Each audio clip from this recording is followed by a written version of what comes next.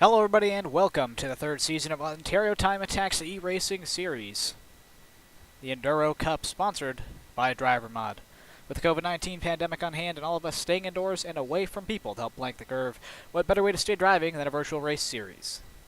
We are here today for round 6 at the beautiful Mount Panorama or Bathurst in Australia in the V8 Supercars no less. Let's have a quick look at the schedule.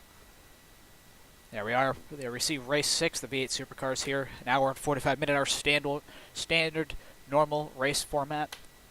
Remember, we do best 6 out of 7 races. So, if anything, this is that one last chance to get your good race in before the final race. Next week, we'll be going to our season finale. Paul Ricard's in the Dallara F317, which was the 2017 Formula 3 car.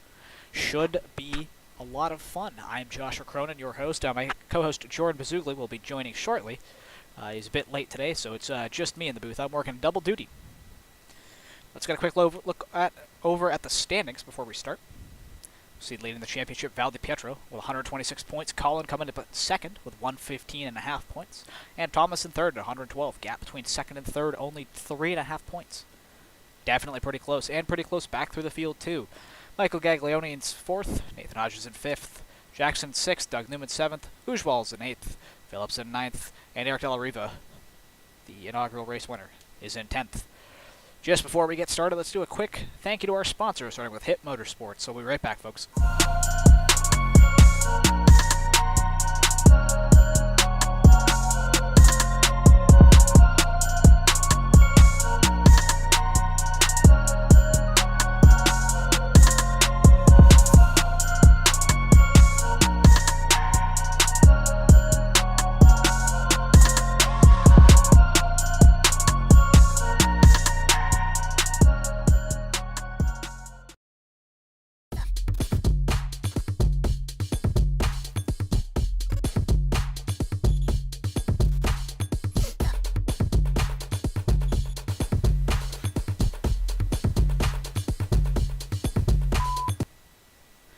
And, of course, a big thank you to DriverMod.ca and the owner, Philip Oliveira, running over there, the best great website for Time Attack news, articles about his Time Attack team, advice, and just a general fun read. We once again thank Mr. DriverMod himself, Philip, for his sponsorship. Everybody, please check it out. A very much worth your while website. So we go live with over 13 minutes rating and qualifying. Current pole sitter is Michael Gaglione. The 206.02. Quite fast lap, even for an amateur driver. 206 around Bathurst in these cars is still quite the feat. Colin in second, just behind him with a 206.1, and Val in third, 207. Pretty big gap between second and third. The keen-eyed viewers out there notice that there are actually 2 car choices available to the drivers here. We of course have the Holden Commodore for the true Australian fans. And we have the Ford Mustang for those who prefer it. Personally, I prefer the Holden. Fits race in Australia, Australian Racing Series, Australian track, Australian car. But some people choose the Ford. Some people think it looks better. Matter of opinion, though. Follow Anthony around, going hard into turn 1. We're going to cut over to Dimitri as he comes up down through Comrade. About to go through the chase. Very fast corner. Now remember, for the folks at home who don't know too much about V8 Supercars, the V8 Supercars don't actually have rear differential. They actually just have spool and spindles coming out of it. So these cars pretty much drive like drift cars, in the sense that they don't turn, and if you step on the gas, the back end kicks in. But that's what makes them fun, and that's what's going to be especially challenging for the drivers today. See Dimitri coming out of the last corner, going across the start-finish line, looking to improve. He goes 15th. It's respectable. Really, any lap around here is respectable with how hard they were to drive.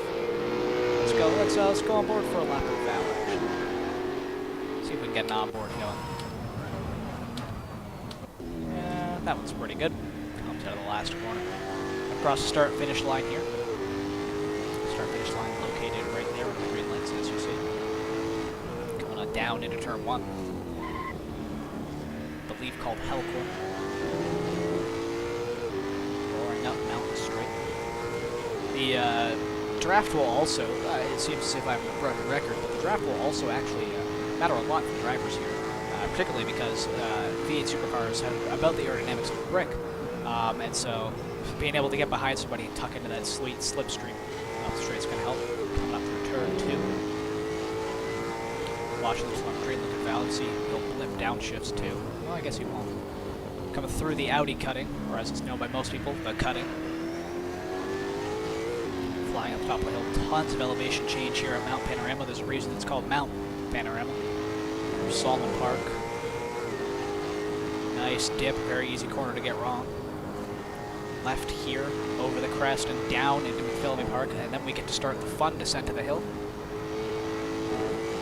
Hard on the brakes for Skyline, blind over the crest. Apex the wall, hard on the brakes, downshift, downshift. Just thread the needle, lift the wheel. Philip gets into the wall in front of him. Val keeps on trucking though.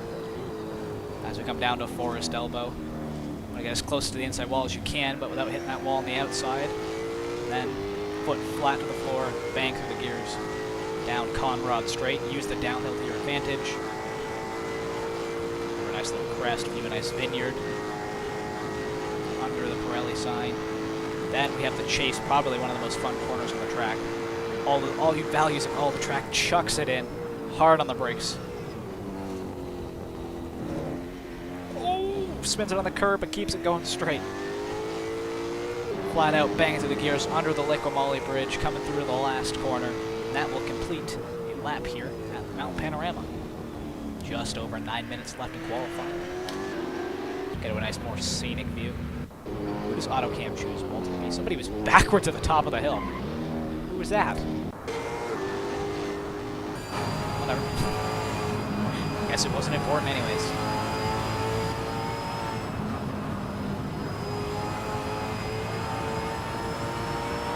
Answering questions from chat. We're using V8 Supercar for today's race. V8 Supercar is a nice, fun racing series located in Australia. It doesn't get a lot of coverage here, unfortunately. If you guys ever get the chance, I highly recommend it. They are based, quote-unquote, roughly off of production cars. So they look like it, but they are predominantly a spec-made, or specifically racing-made chassis. A couple manufacturers in it. Now it would have been Holden, Ford, and I think Volvo's still in it. Nissan used to be in it. Nissan has dropped out. Holden was the longest running one, hence Holden being an Australian car brand and being involved in Australian motorsport. But Holden have recently been axed by GM, so this is what they're bring Chevy over perhaps like a Camaro or something like that. Really unfortunate to see a legend go, because the Holden cars are actually really quite sights of Holden, but nevertheless,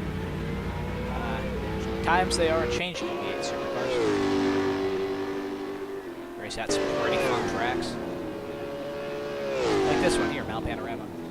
Mount Panorama, a very popular circuit, especially given that we're doing an endurance league, as Mount Panorama hosts the Bathurst 12-hour, which actually, the 12-hour used to be a production car race. There was no purpose-built race cars, it was all production cars.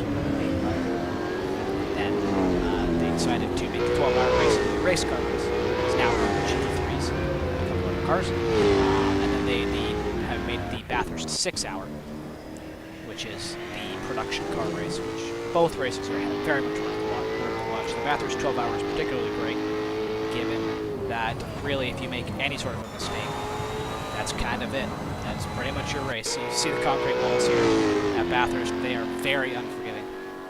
So the 12-hour is definitely Chester driver. Speaking of concrete walls, Jackson exploring the facilities, using all of them. He graces the wall going through the 12-hour, a lot of fun. It starts at night. One of the only endurance races I know of that starts at night and goes into the daytime rather than starting in the day and going into the night. But the 6 hours also remarkable because they're all production cars, so there's a lot of local legends. Sometimes you'll get a couple big names that will run it, but it's a lot of grassroots, good fun racing. I would highly recommend it. There's also, of course, for endurance races at Bathurst, the Bathurst 1000 kilometers, which is the V8 Supercars crown jewel, hence why we are doing V8 Supercars Mount Panorama. Bathurst 1,000 kilometer is generally around an 8-hour race. And it is grueling, especially when you're driving these. These cars are not easy to drive. We've been talking with the drivers, and they are about as easy to drive as putting your shoes on backwards. They are not. They do not want to work with you, but hence the nature of the series. Difficult car brings out the best drivers. And the current best driver is Michael Gaglione, who's still sitting on the pole. Jackson coming into the pits, probably not going to improve. I think maybe get some soft tires on. We were talking with the drivers earlier. They have access to 4 tire compounds. They can use the super softs. They can use the softs, the mediums, and the hards. And from what we've actually heard, it would be really interesting because I've actually been told that the super softs can go around 8 laps around here, and that it's actually more viable to do 8 laps and then stop for fuel and continue rather than to run a harder tire and stay out for longer. So it'll definitely be interesting to see how that works. And if we see cars pitting remarkably quick, it turns out that maybe the super softs might actually be helping. I mean, Australia is pretty hot, and so I would imagine with a lot of heat and very heavy cars and very high speeds, a super soft tire is not particularly going to be fond of that. But who knows? Just over 4 minutes and 20 seconds remaining. As we see the truck assist of Ford Mustang headed to the Liquimolly Bridge to start a new lap. Jackson's taken 3rd place over Val. Gap has decreased from 2nd to 3rd, but he has default Colin sitting behind Michael. Colin, solid 2nd. Colin consistently a pretty good qualifier, and Gaglione also very quite fast, but usually a pole sitter. We've been talking to Michael previously, and Renson has bounced off the wall. Keeps on trucking. I was talking with Michael earlier, and he's, as usual, has done his incredibly long practicing routine. Michael, pretty, let's say, well prepared for this race. Michael's very much a driver that enjoys a long practice session and many laps turned. I myself am pretty much more of a seat of your pants, just get out there and go. But that's also why I'm not running this series, because I've raced these guys before, and I'm consistently a top 15 finisher. But unfortunately, that doesn't tend to get you a lot of points. As we just under 3 minutes remaining. Let's see, is Michael still? Michael is still out there, turning laps. Oh no, he's not. He's gonna just stop. Oh, we're doing a practice start. There he is. Nice. Gaglione. Oh, I guess he's gonna reset. Oh, I was hoping to see if we could get a ride-along lap. Let's see if we get a ride-along lap with Val. Let's see if we get a different camera angle. Howdy, howdy. Hey, Jordan's here. I am back. Hello. Glad to be back on the broadcast. Hello. Howdy, howdy. How's everything been going so far? Hopefully I didn't miss too much fun in the quali. No, not too much. I'm not gonna lie. I forgot you weren't here. You scared me. Just 2 minutes and 5 seconds left of qualifying. Beautiful. Just taking a look at the screen here, just riding along with Walter B currently, and he's looking pretty good. Do you want to take a look, guess at who's on pole? Well, if you've already seen it. Oh, buddy. Yeah, no surprises there. In the Holden, no less. There he is. He respects the classics. Everybody who's running a Holden here already is in my good book. Anybody who's not running I a Holden, completely agree. Yeah. Imagine running the Ford. Dimitri has absolutely died going down the hill. He's now sitting perpendicular to the track, counter race. Rip. Ujwal having a little bit of a tank flapper there. Whoa. Yeah, a little interesting. Yeah, just saw that. One of the local Legends car. Yeah, good stuff. Yeah, no, I definitely agree. The Holden is definitely the right choice, the Australian choice. The Holden is the Ground Bathurst. Let's yeah. tell you what, Jordan. Just as we have a minute and 9 seconds left to qualify, let's run a couple quick ads before we end the race. Sounds good. We'll be right back, folks.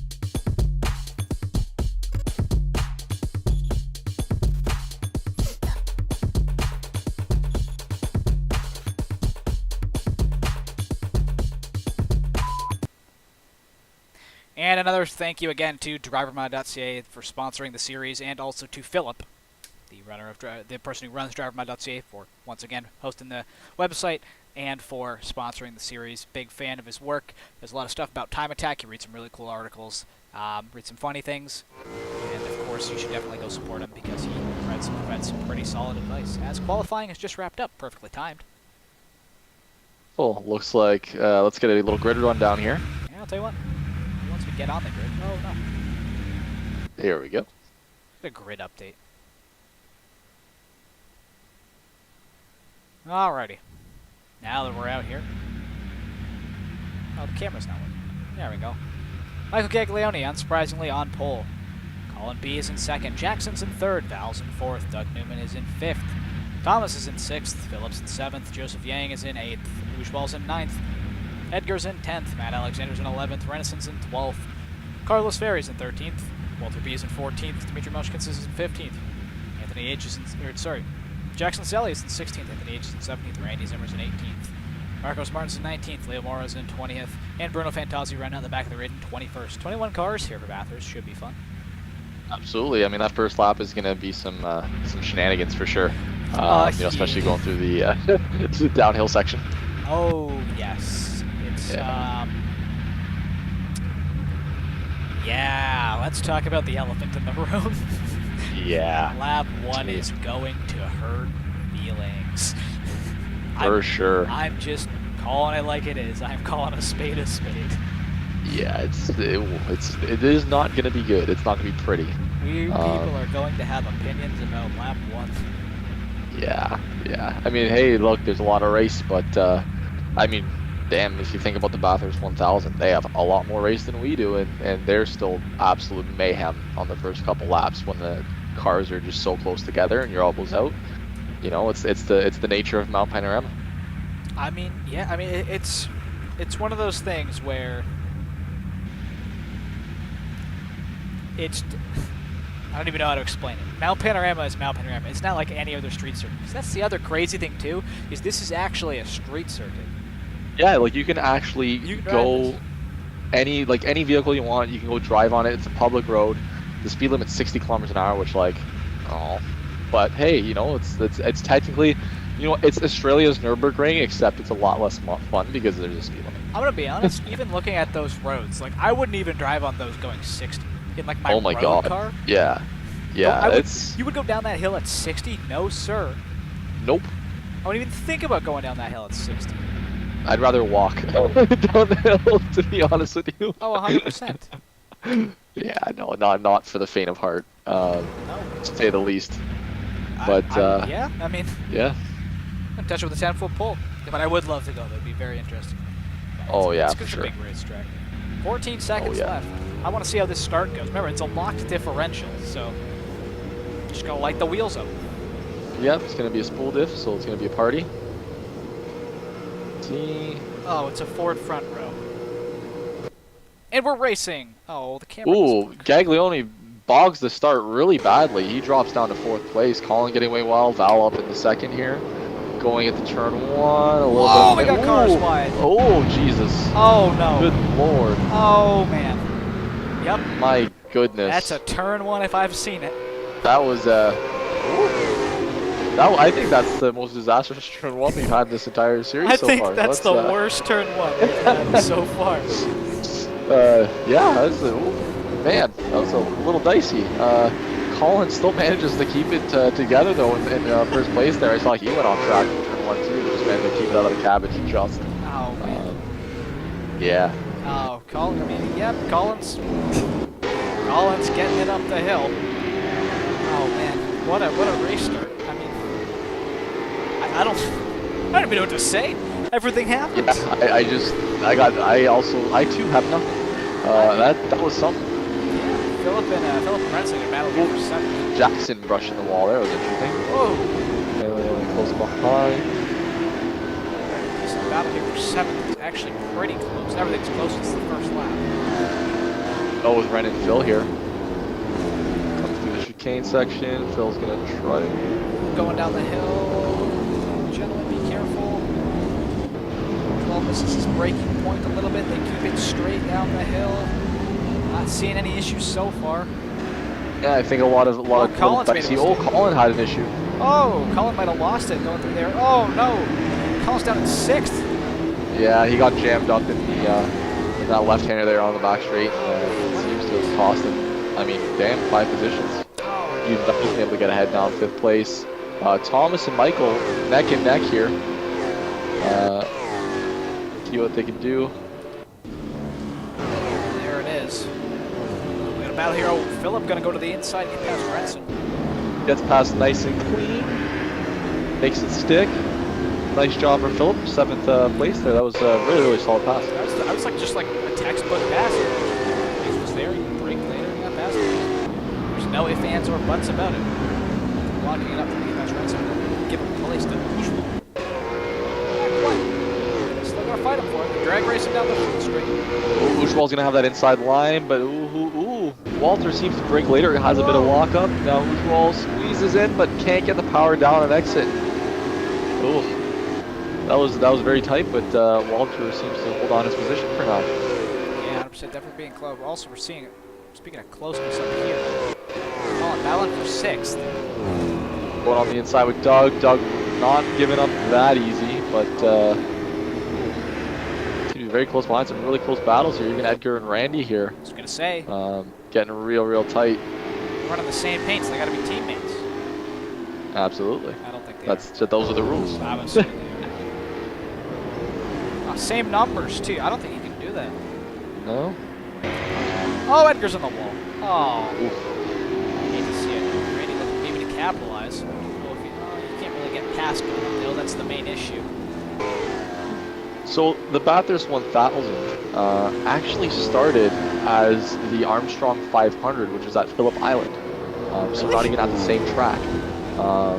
Yeah, the endurance race was relocated to Bathurst in 1963 and has been at Bathurst every year since. Not even technically on the same continent. It's on Tasmania, I believe. Oh no! Yeah.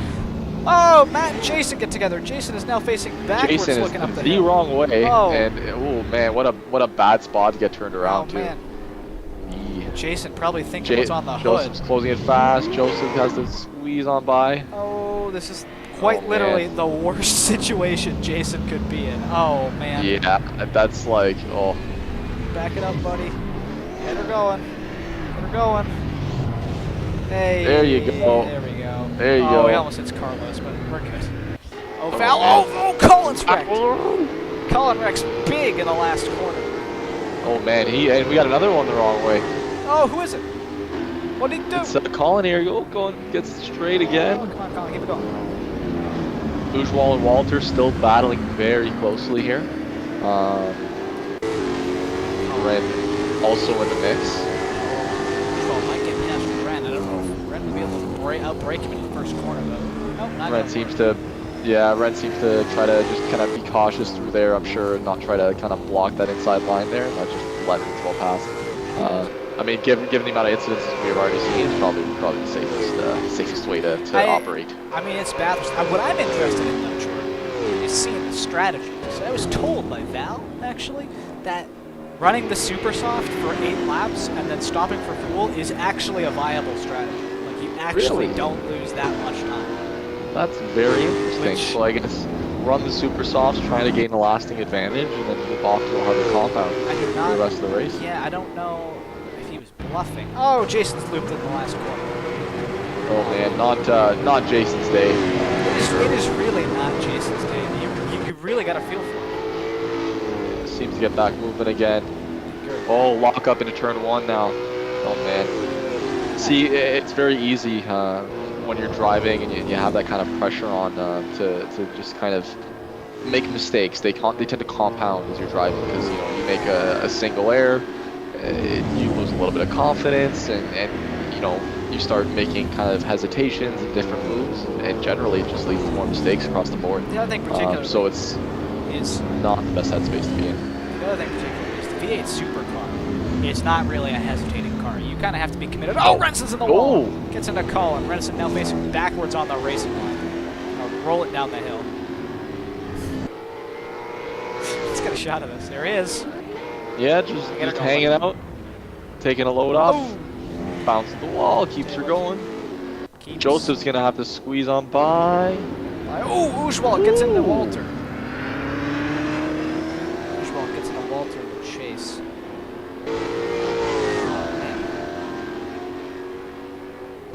I'm actually what's that corner called after the chase? Murray's. Is it? Murray's corner, yes. Like there's the sharp right kink, the left. Yeah. What's the left hand? Oh, I believe it's also the chase. Oh. I think it's all part of the chase complex. Oh, I see. Murray's corner is the last corner onto the main straight. Oh, thank you. And the first corner, hell. I was gonna say it's called Hell Corner. Isn't it? Yeah, hey, it seemed to be pretty hellish on lap 1.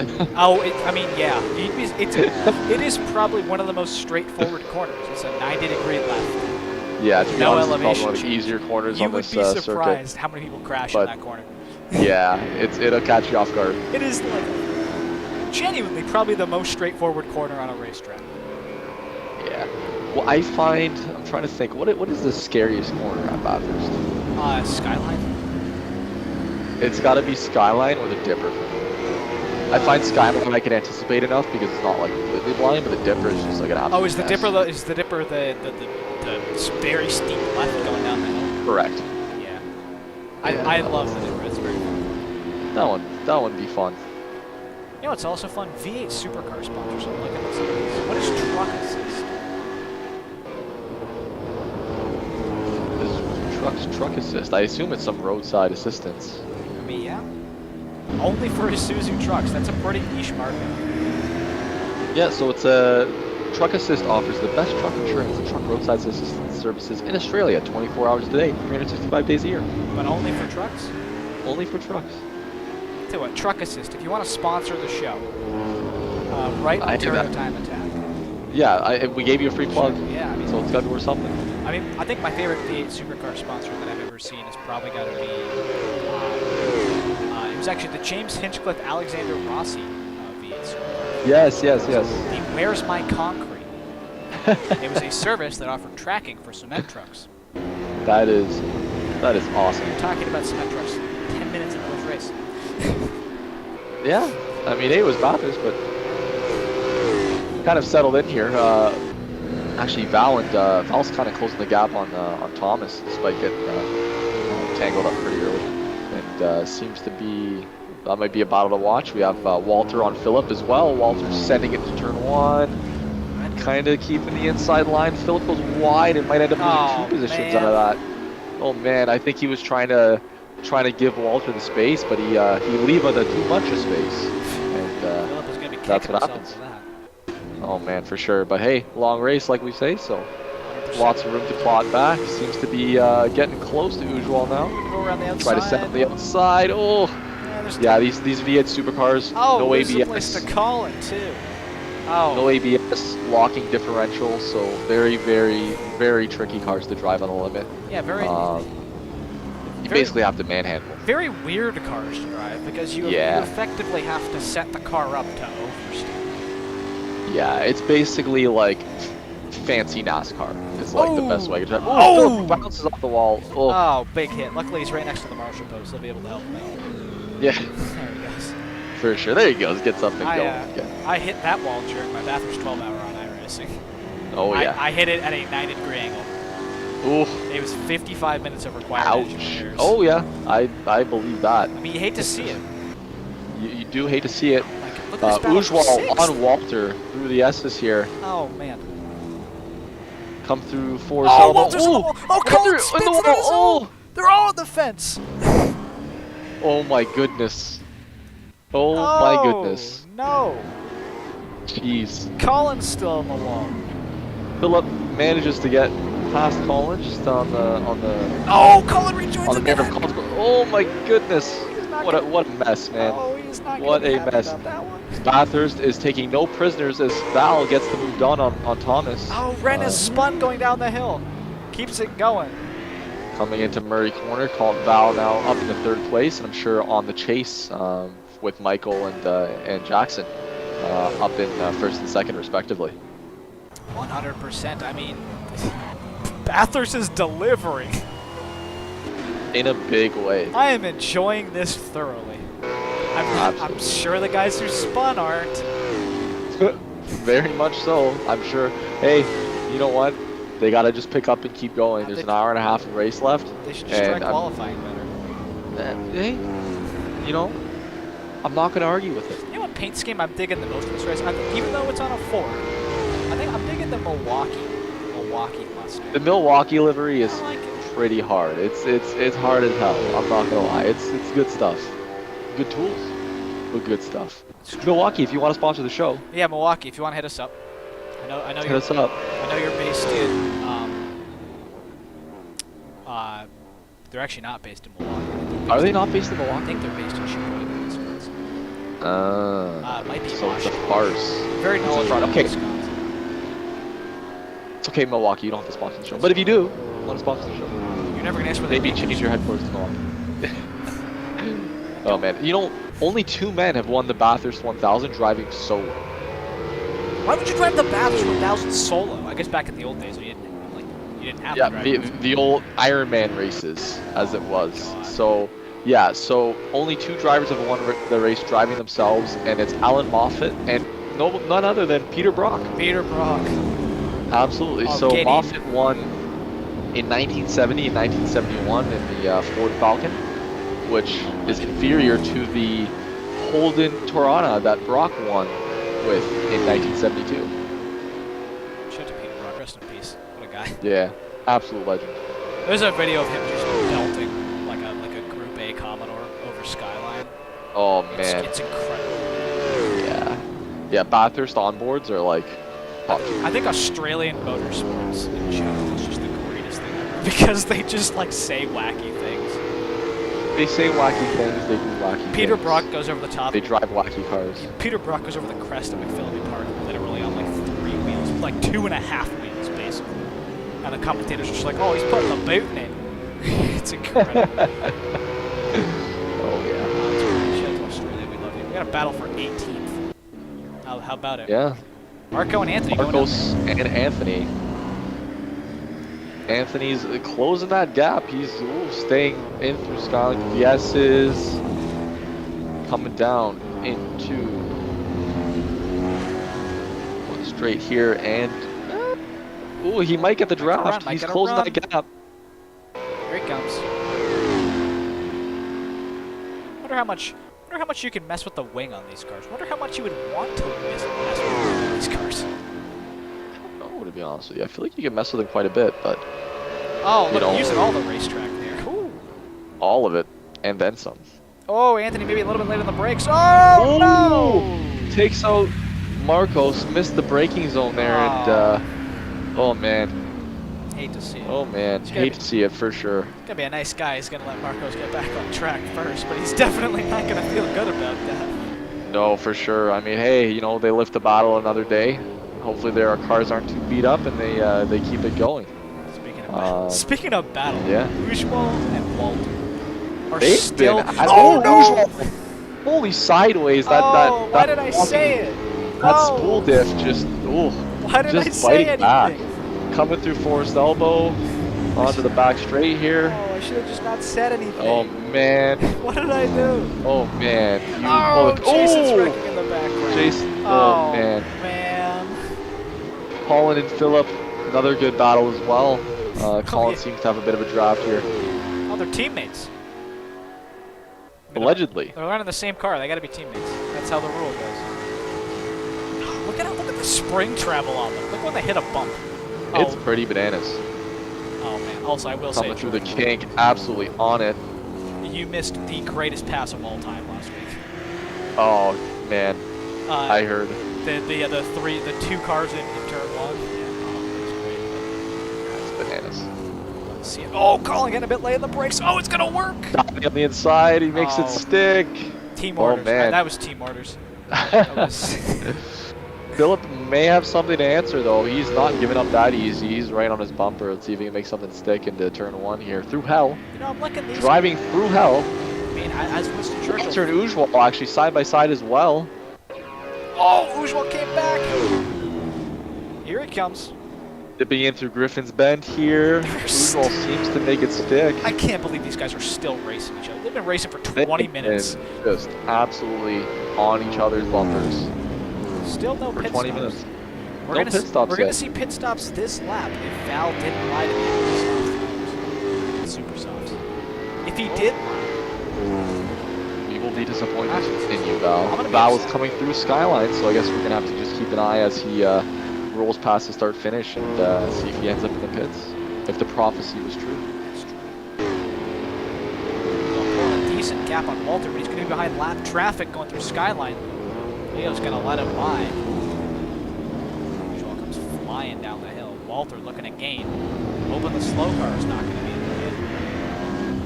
You don't really have the option of passing traffic going down the hill. Oh, absolutely. Which is what makes the Bathurst 12 hours so enjoyable. Because you have GT3 cars racing literal Honda Civics, and they just can't pass them. Yeah. It's chaotic. Oh, speaking of battle, Edgar and Joseph. This is the battle for 10th going down the hill. We got the Milwaukee Mustang. Oh man, coming down the hill through Skyline into the S's is that's some spicy stuff right there. Joseph seems to have cooled off a little bit. Maybe try not to get too close to these technical set of corners.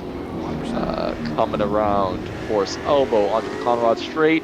Joseph getting a little sideways on the exit, but yeah, I think it's gonna maybe cost him his draft because it seems like he's fallen behind a touch, a couple hundredths. Yeah, he's behind a second, but that's catchable. Very Close gap true. here. Marco and Anthony battling up the hill. Marco's slow. Might have just been knocked off rhythm. Who knows? Find out shortly. Anthony maybe gonna try to look through McPhillamy Park. Oh, he's not. Oh, Marco's way slow. Anthony gets sideways. Carlos. Marcos is way off the pace. He might be running out of fuel. Maybe you need to put enough fuel in this. He is coasting hard. I think he's running out of fuel. Jackson's gonna have to get past him a leader. He's babying it. He's gonna be flat-footed now. We'll find out. Colin and Dimitri battling here for 16th. Oh, he's gonna lose the gap. Bruno and Matt battling for 13th. Yeah, Matt seems to get on his bumper, coming down Conrad Street, coming down the hill here. It should be good. Still confused. Is there a slowdown? Is he running out of fuel? I'm not entirely certain. He was just slow. Yeah. Maybe struggling with his inputs or some kind of settings or something. Might Yeah. have overheated a tire. Maybe having a real world mechanic. Yeah, it does happen in sim racing from time to time. Not And unheard it's of. usually really funny. Yeah. I can't remember the IndyCar driver. That was it Pagano? Simon Pagano, yeah, he did the live rig swap, which is live possibly rig the swap. greatest moment in sim racing. Yeah. That was incredible. Bruno and Matt still battling it out, going through Skyline. Bruno's running the Coca-Cola V8 Supercar, which is, That's good stuff. Gotta love Coca-Cola. I mean, enjoy the Marcos seems refreshing to get by taste. Anthony there. Anthony going wide through Griffith's Bend there, and ends up costing him that Skydo's position. He ends up scoring brushing the as wall, so Marcos squeezes by into 18th place. Carlos and Dimitri are battling. They're also teammates. Yeah, they are nice little shell Why are there so livery many going on Fords there. in this race? What are we doing? Come on. Oh, that's Carlos cool. They dipping into actually. the inside. Carlos gonna get the pass done. Oh, maybe not. Dimitri's gonna shut the door. Oh, this is gonna be Dimitri very smart on the inside there to try to ward him off, but I don't know if he's gonna be able to do it. Carlos, they're side by side on the Conrad straight. Let's This see is what. gonna be fun. Oh, very. Let's see what happens to the chase. Oh, Carlos on gets the through brakes. Whoa! Oh, Carlos, he big goes sideways. Big Oh. sideways. back.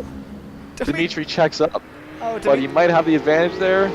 Inside line for Murray's. Oh man, Dimitri went wide too. Oh man. Carlos. Oh. Carlos went significantly much more wide though. Oh, Dimitri But Dimitri loses. having a big tank slapper coming out of Murray's onto the main The straight. camera has And it looks censored like it. Looks like Carlos gets out of that one relatively unscathed, despite the blunder through hell. So, Colin and Walter is another close battle here. Looks like Colin's trying to make up some lost ground, you know, with the mistakes he made early on in the race.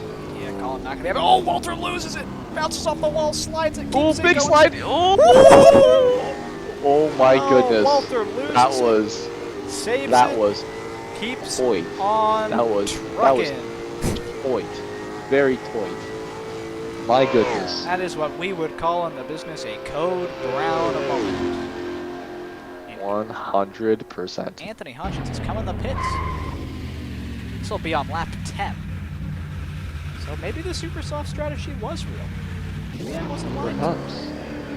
That was a pretty quick stop, even for V8 supercar tires. Yeah. Huh. Really makes you think. Looks like Doug is in the pits as well, I believe, or no, he's still out on track. Doug's out. The gap's going a little wonky as Anthony now exits the pits. I'm telling you, that particular, the right-hand kink before Forest Elbow is going to be very scary on the worn tires, because that's where you get a downshift, and when you're in a spool diff car with worn tires, it'll just blow up. You gotta blip it a little. You gotta blip it very, very gently. Yeah, that's the issue. Is you need the engine braking to get slowed down, so you can't just on shift. Oh hell no! Oh, Jason Selly's in the wall again. Colin goes wide. Colin going wide. This is hasn't been that forgiving for these drivers. There's been a lot of mistakes and little errors, and you know, especially over. Oh, Val rushing the wall, actually going through Skyline. That's a little interesting. Randy's in the pits on lap 10. So maybe the super softs are being used. Interesting. The plot thickens. It does. Colin on the limit. Let's go on board as he goes down the hill. Oh, Thomas is backwards. Thomas loops it. Oh no! Backs it into the wall, destroying the rear end of that car. Luckily, he checked the damage waiver.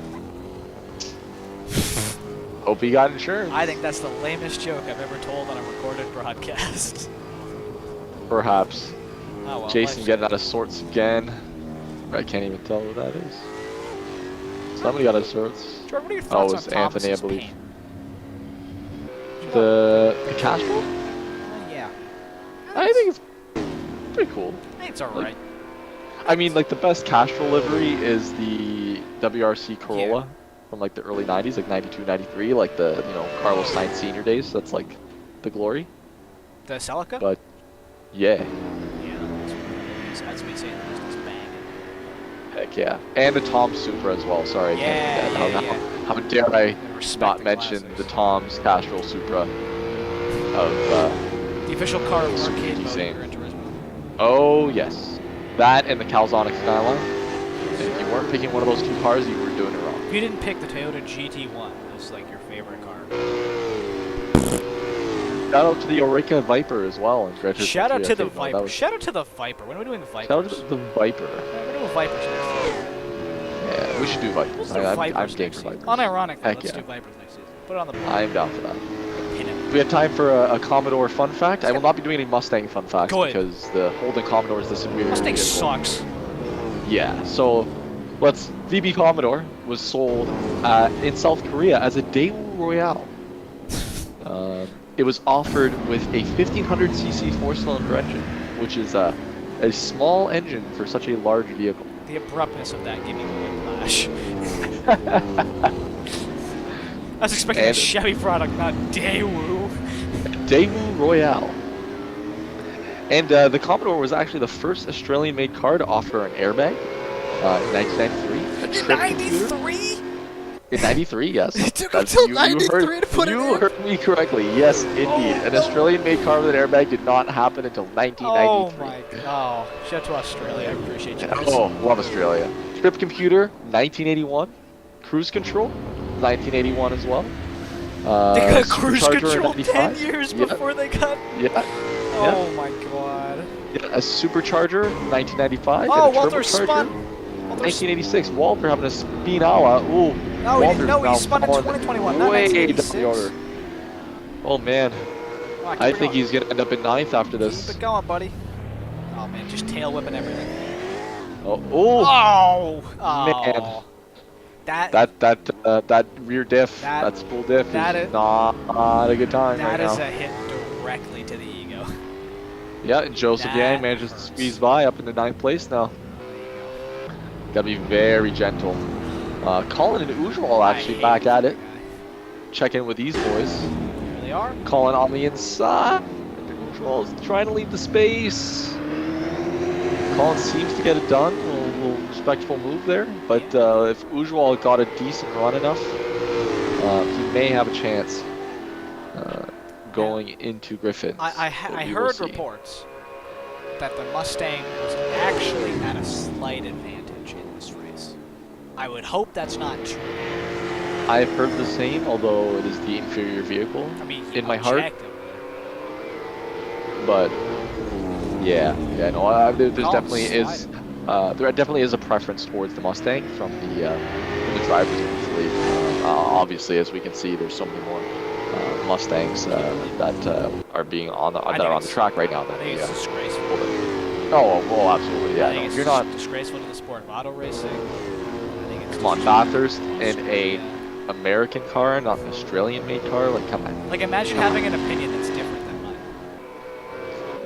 Can't imagine. Like, really? I can't. No. Okay, okay, dude. All right. I'm frankly offended, and just my day is now ruined. My disappointment is eventual. I want to give a shout out to the greatest Australian brand, which is the auto parts store known as Super Cheap Auto. Heck yeah. Possibly having the worst, like, whoa! Ujwal keeps it going straight. Ooh, that lost it, saved it, dicey. lost it, saved it, kept it going. Anyway, shout out to Super Cheap Auto for possibly the worst name in any company, because I would never buy a car part labeled Super Cheap Auto. But apparently they're actually quite good. Yeah, no, really it's the name that stuck. It'd but be yeah. It'd be like if I started a soda brand called Disgusting. Yeah. Nobody would buy it. Gross Cola. Yeah, Gross Cola. Hey, Gross Cola, if you want to sponsor the show. Yeah, Gross Cola. Big fans. Big fans. Please reach out. Shout out. Shout out to Gross Cola, the official cola. Yes, the Super Cheap Auto, the official auto supplier of the Bathurst 1000. Just got a quick Ooh, Oh, with a bit of man. Quick look at Jackson. There he is. Scooting away down there. Let's go. I'll tell you what, let's look at this gap right here. When Jackson gets to the line, we'll go on board for a lap. Let's see it. There he is. He's within a second of the guy in front of him.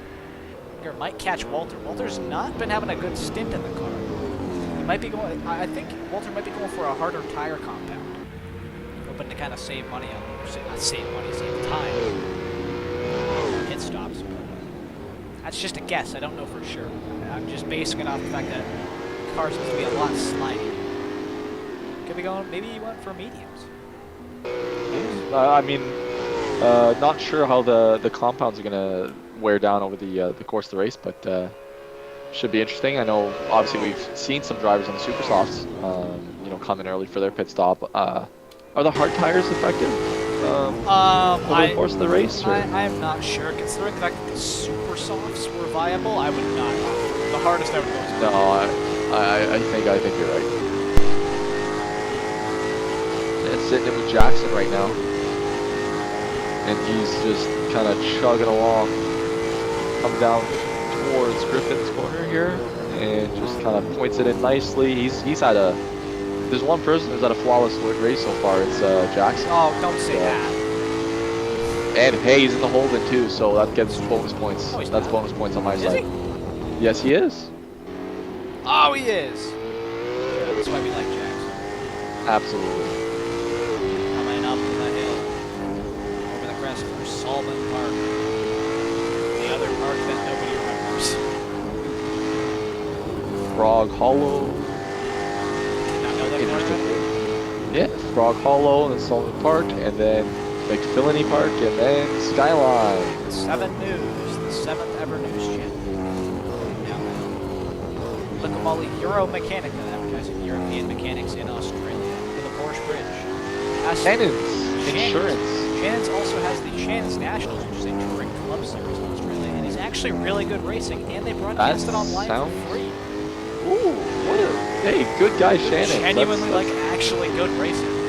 That is good stuff. They also broadcast this Formula 5000.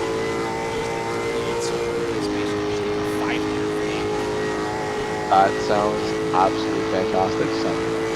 That's great. Shannon, big fans. If you want to sponsor the show, yes, please. give us a ring.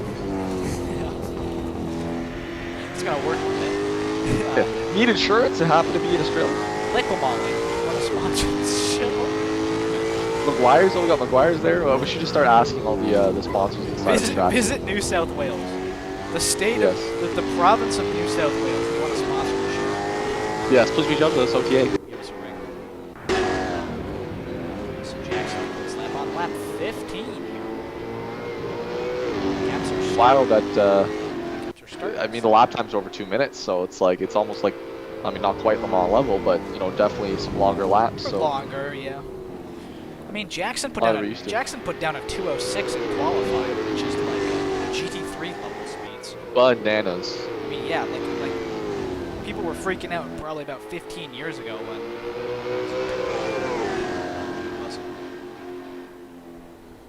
Was it Peter Brock? I believe so, yeah. Who did the 206? And they Yes. freaked out the monster lap. Ujwal and Colin back at it again, it looks like. I'm watching Walter and Edgar. A battle for 10th here. Ooh. Oh, and they're going through Skyline, the Dipper right now. Ooh. If you watch Man. when they go through the Dipper, they lock the left front wheel. It is Yeah. in the air. It is, they are three-wheeling.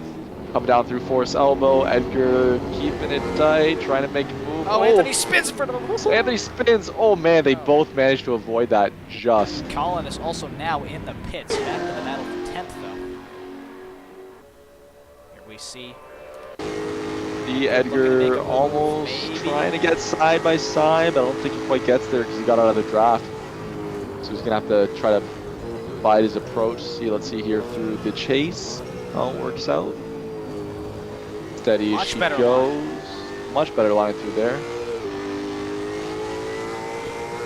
Yeah, these two are gonna be ones to watch as they battle it out on track. I'm sure over the course of the entire race. very similar. They seem to be very well matched. Ooh, little sideways action from Edgar. We're down to a 2:15 in the lap time from Edgar. Yeah, Walter's last lap was a 2:16.4, so yeah, no, Edgar's definitely closing that gap. Tires are falling off hard. They're 10 seconds slower than they were in qualifying. Yeah, absolutely. Even checking at the leaders, you know, Jackson, Michael Gaglione, as well as Val, and even Doug, they're all in the 2:10, 2:11 range. So 4 seconds back. Scoot around him. Safe outlook of the battle between Walter and Edgar.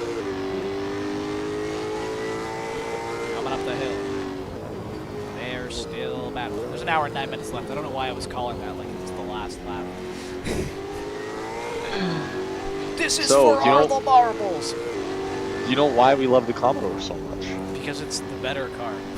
Yes, it has won Bathurst 22 times. Oh my god. Yep. I guess. The Ford Falcon, 14 wins. Holden Tirana 5 times. Ford Cortina 3 times. The Monaro, the Nissan GTR, so the Group A Skyline, and the Ford Sierra RS500, also a Group A car. Oh, that was cool. Those have 2 wins apiece. Edgar goes wide at the Dipper, which is not a sentence you say often. No, definitely not. Seems to maintain that gap though, breaking a little later into Forest Elbow. And seems to have a really good run on the exit here. Let's see if we can make something happen on Conrad Straight now. I was just looking, we got a battle between for 19th. Oh, Anthony's in the wall, comes back. Whoa, Leo just avoids him, but he's going to sneak past for 19th. Walter still leads Edgar. Just wanted to point it out because they were going down the hill and I knew something was about to happen.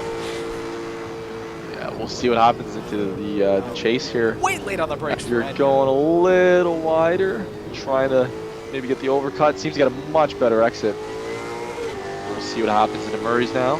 Jason's been in the pits for 3 laps. Oh, Walter's gonna pit. Walter's gonna pit, so Edgar gets the pass done on the merit of that pit stop, which I guess should give him that track position. So let's see if he manages to stop in the next couple laps, and we'll see who ended up on top strategy-wise. I predict Walter will probably come out battling Randy.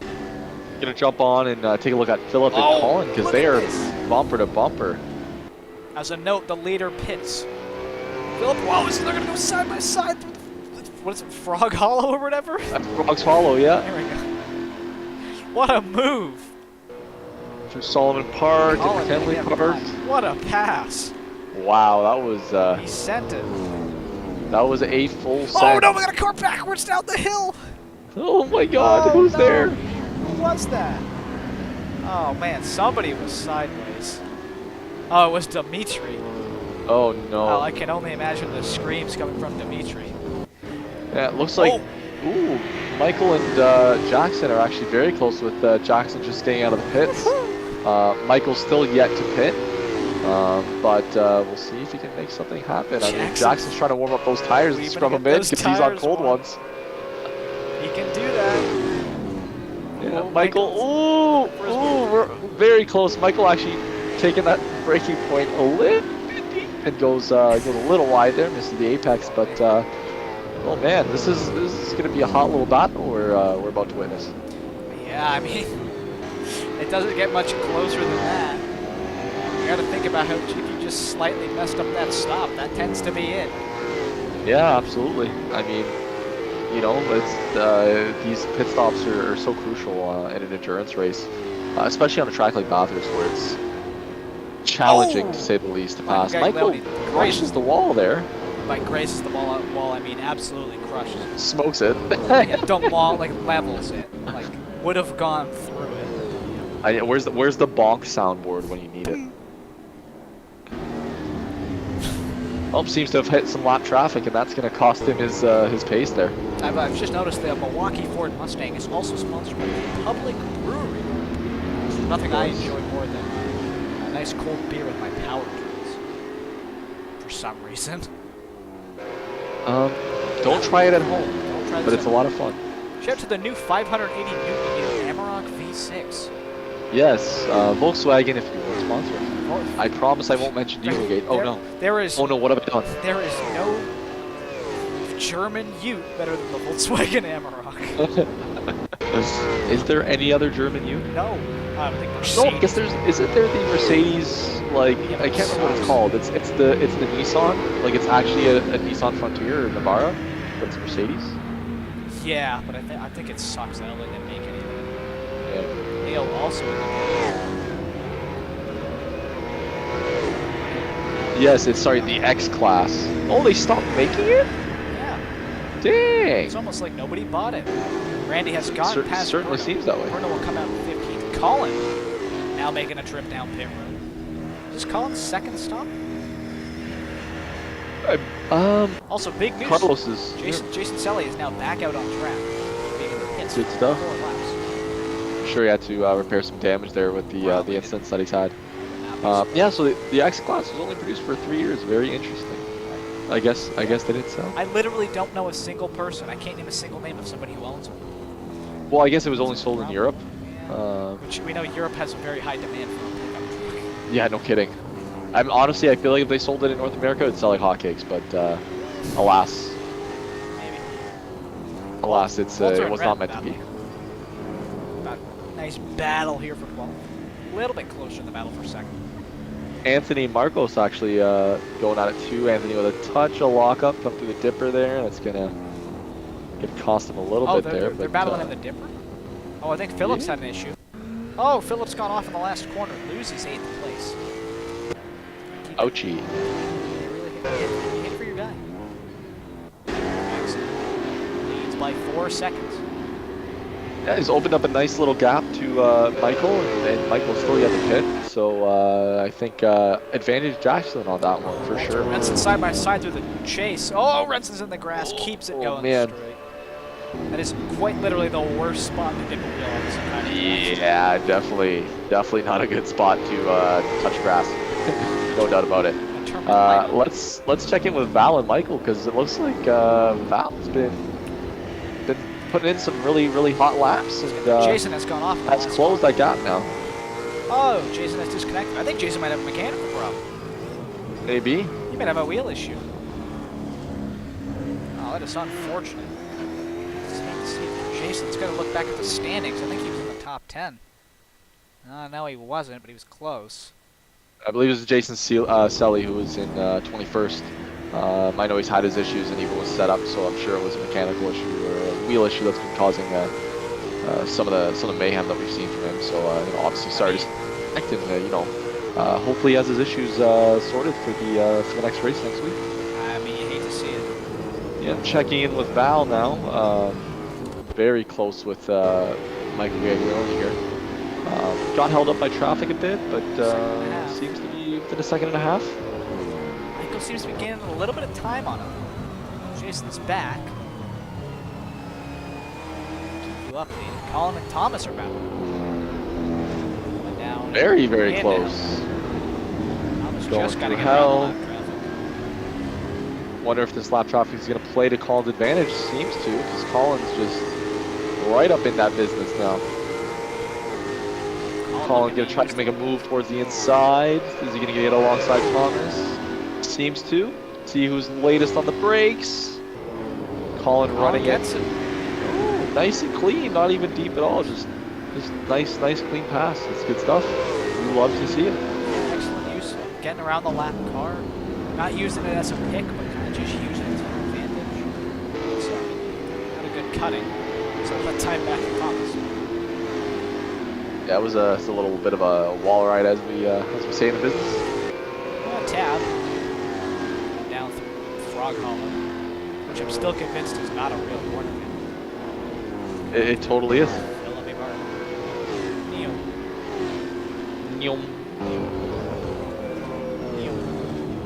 Looks like Randy and Bruno are pretty close together. It's another close battle we have on track. Let's take a quick look at it.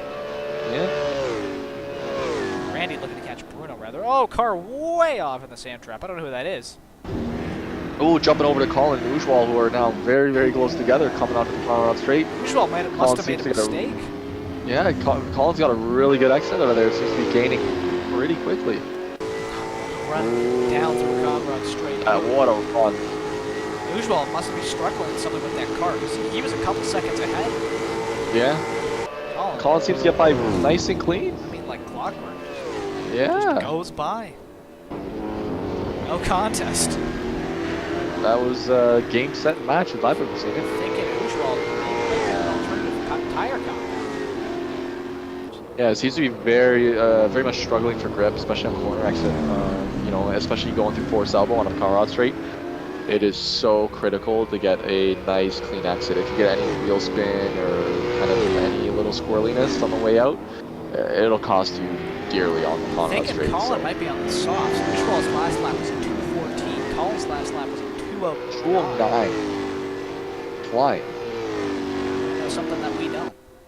Absolutely. I mean, that's the fastest race lap that I think we've seen so far. Yeah, Val's doing 2:11s. Jackson's doing 2:10s.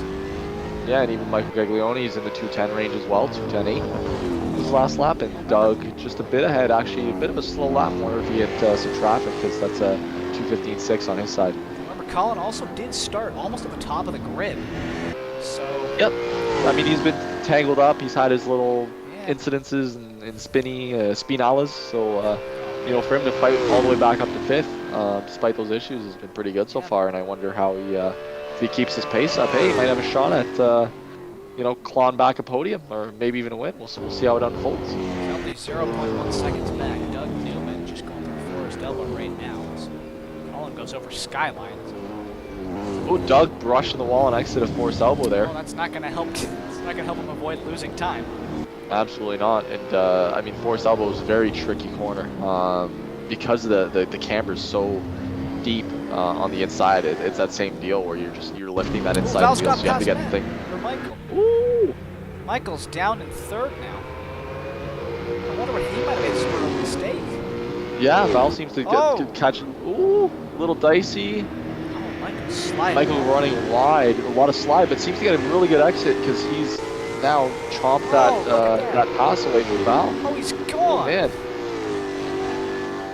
Val is not going to give up that easy, like but this is good. This is a very, very interesting battle. Neither of them have pitted, I don't think. Val going very deep on the brakes there, having to cut in late. Racing hard. Very hard. I mean, it's.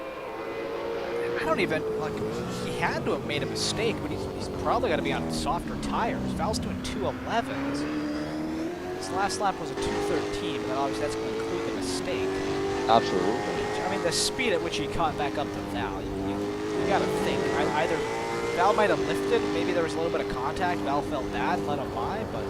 I think what happened through hell there was Val probably just trying to give him the space and. Not run out to the exit of the corner. That compromises his exit speed. Whereas, obviously Michael running wide through the corner. Obviously, your line does get compromised. Ooh, Michael getting big sideways. Big sideways. Val's gonna go by. Oh man, Val finally squeezing by and seems to now have a bit of a gap. But we'll see how this unfolds, man. This is. Michael is struggling to drive that car. I'm thinking he might have made a brake bias change that didn't work out. Yeah, that's what maybe, it looked like. When he was on the brakes, that car was really squirrely, so he might have shifted really it unstable. Back. The issue is I mean, now you got through the skyline and through the S's, it's all downhill, so it really exacerbates any brake bias changes because you just have more weight over the nose of the car in general. Bruno but has just got past Renson. Wanted to point that out. Bruno now in 13th place in a Holden. Good man. The better in the Coca-Cola. Oh man, Jackson flying on those fresh tires. 283. 283? 2083 was his last lap. Oh, trouble. Anthony has spun. Oh, that is a bad spot to be spun on the restart. Oh, look, there's a little people crossing sign there. Little mother and child. Hope these drivers are being careful as pedestrians try to walk by. Is there a school on this hill? I do not know. Hey, there's a Frog's Hollow, so it could be anything. Yeah? Is that a part of modern infrastructure, the Frog Hollow? The Frog Hollow, yes. It's for hollow frogs. Or it's a hollow for frogs. I don't think it's the first one. Walter and Bruno battling for 12. And Michael actually, he's closing that gap within a second now to Val once again. Looks like either Val's struggling for grip and well, both of them are really struggling for grip. Ooh, Bruno getting into the wall there. That's going to cost him that little battle for 12th, that position there. So Walter kind of able to gap him a little bit, but Bruno seems to be on the attack. Another close battle. We got Thomas and Ujwal very close together, going into Griffin's corner here.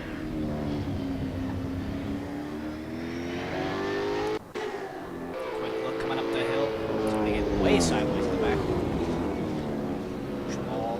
Thomas sliding that car. Miller coming in. Gonna make a stop now. Pit road. Some tires.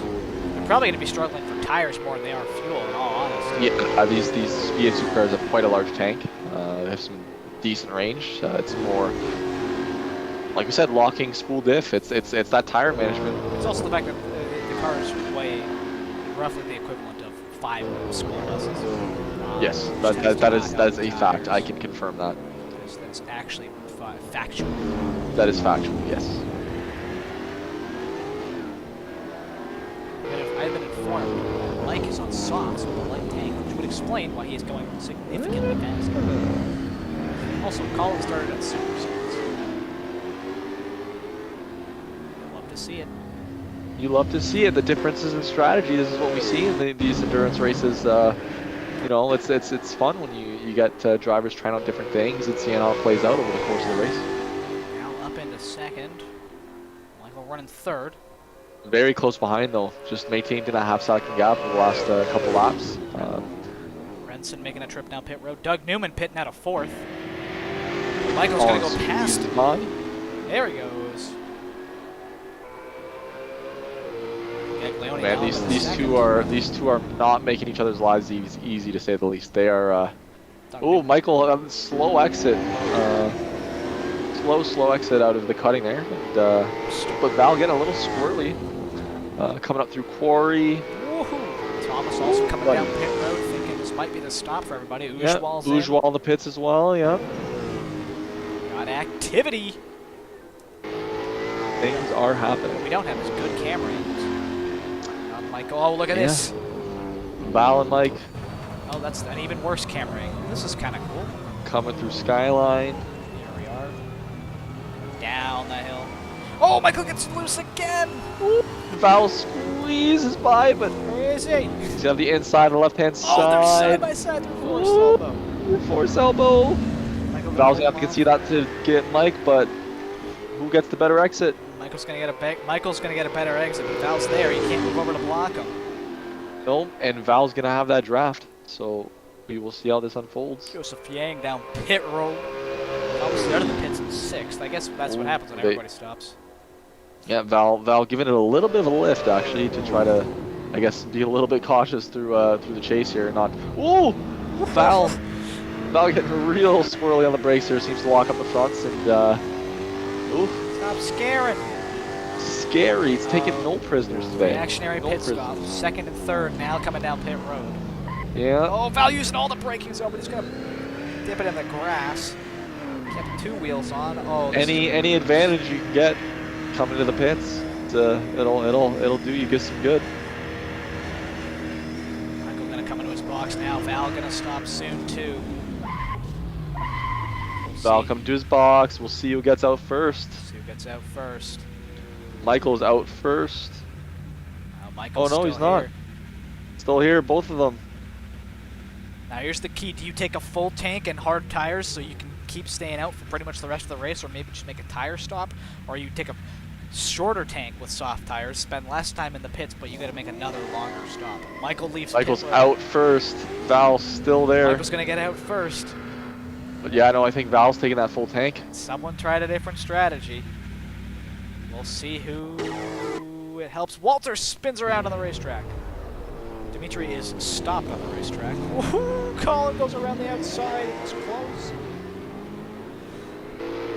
Walter's yeah, Val in a very long pit stop, so I imagine he's just refueling for the end. Oh. Down to 5th now for Val. Doug getting a little grass there. You know what he might have done? He might have got a stop and hold for cutting the grass on pit in. Oh no. Oh no. Oh, this is disaster. There's no way this stops this long unless he's putting way too much fuel in it. This is, oh man, he's lost 4 or 5 places now almost. I mean, he's gonna lose 5 with Ujwal coming around the corner now. He might be filling to the end though. Now this is way too long for filling to the end. Yeah. There's got to be some sort of a problem. What if we should check in with him? I'm sure he's swearing at his computer right now. Might not be too happy right now, but we'll check in. No, it's definitely not. Let's go to battle on track for 12th, Owen Edgar. Sorry, for 10th, rather. Val's still in the pits. Oh, man, these guys are going to pass Val if they just leave the pits. Yeah, he's still stuck in there. It's a very, very long stop. They can't get the tire off. I think Joseph's going to be able to get past here. Can you imagine this game had pit stop issues? Like oh man, we'd have random pit victories. Just like, oh, we can't get the lug nut off. Edgar goes off. No, you'll not be able to battle Bruno for 10th. Bruno gonna get by Val as well. Val now down to 10th place. 8 positions lost. There's got to be some sort of an issue. Oh, 9 positions lost. 11. What has happened? This is terrible. Oh my goodness. He is just sitting there, just a sitting duck. 12th place for Val. Oh, you gotta feel for him. Dimitri makes a trip down pit road. Gaps aren't too tight out on track. A lot of different strategies going on in this race. Oh man. A lot of different strategies. Absolutely. It'll be really interesting to see. Val might. Jackson's actually just getting down Conrad Straight here, so I mean, I hope Val gets out of the pit soon. Because, oh, there he goes. Oh, there he goes. What the problem was? I wonder. Rejoining in 13th. I have never So, seen that. a 10 place fall on that pit stop. I wonder if it's just long game and he's just going to go straight to the end, or there was an issue, but that seemed very long. 12th. That is, and you know what the worst part about that is, Jordan? What? Our championship leader is in 13th. Absolutely. That's going to hurt. The worst thing that could have happened in this race. Could we say that it may have a serious championship implication? I think I would argue that is literally massive, earth-shattering championship implications. Absolutely. He's going to try and fight for every place he can. Yep. Maybe he did just put a full tank in it. Maybe he It's can go entirely to the possible. end to see if it pays off. Absolutely. Oh, Carlos going way wide. Whee! 11th. Down the hill. Let's get a quick shot of Jackson Oliveira. Just stealing the show. Absolutely. Val trying to bide his time. Ooh! Ooh, man. Oh, Redson goes around! Redson goes way around. Manages to squeeze by, but that was a close one. On the bright side, now we have a three-way battle for 13th. Oh, Randy's off! Keeps on trucking. Looks like Carlos is gonna get by Ren here, and gets it done. Watching the battle here live from Randy's perspective. Randy way late on the brakes, closes up a ton to the 13th and 14th. Gets away clean and seems to have a really good exit. So Randy is in the mix. Randy doing a bit of a courtesy lift there. He could have gone around the inside. I know he would have tried it too. But no point in wrecking somebody and having to explain yourself. Absolutely. Nobody wants to explain themselves. That's for sure. Randy is right there. Try a late break on the inside here. Yeah, Randy can he way make it early. stick? Think he'll get it to work. Randy Gets up to to stick. 14th. Marcos Martins in the pits from 16th. Huge news. Want another Holden Commodore fun fact? Yeah, sure. I'll interrupt you. Please cool down. All right. So the Holden Commodore was also sold as a Toyota in Australia. This is because local manufacturers basically had to provide vehicles to foreign manufacturers, so that foreign manufacturers weren't subject to import tariffs. So Holden sold a number of Toyota models rebadged as Holdens. So the Apollo was a Camry and the Holden Nova was a Corolla. So in return, Toyota got to sell the VN Commodore as the Toyota Lexan. Lexan? Interesting. Yes. Like the Lexan. Oh, Lexan. Almost like the glass. I was like gonna it's say, Lexcen. It's almost like the glass, or the not glass rather. the non-discriminate polycarbonate sheet. Yes, correct. Non-discriminate polycarbonate. If Lexan isn't copyright, we apologize. Other polycarbonate manufacturers. Yes. Just like other Lexan, other if you want auto to sponsor part- the show. Yeah, Lexan, please reach out to us. Could you imagine if we got sponsored by Lexan? Like, just explain it. Your #1 supplier for polycarbonate sheets and impact-resistant glass. I would build I'll a take it. Lexan wall around the house. Yeah, I'd build. You know what they say? People in Lexan houses can throw stones all they want. It's impact-resistant. It's impact resistance, exactly. They're allowed to throw stones. That's the worst joke I've ever told. You can throw stones in a Lexan house. It's true. Facts right there. Under an It's hour. factual. Just over an hour. 15 seconds right.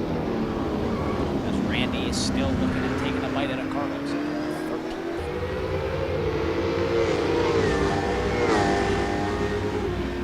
Top 5 really actually quite spaced out. Yeah, absolutely. Top 5 or damn, like an actual minimum a tenth of a lap. Yeah. They are spaced out. Jackson is scooting away. Should we take a quick ad break? Let's take a quick ad break. Let's do that. Hang on, Renson's still in out with Randy. Oh, Randy goes wide into the wall. Ouch. Oh, just locked Big it up ouch. and put it in the wall. You hate to see it. You definitely do not like to see it.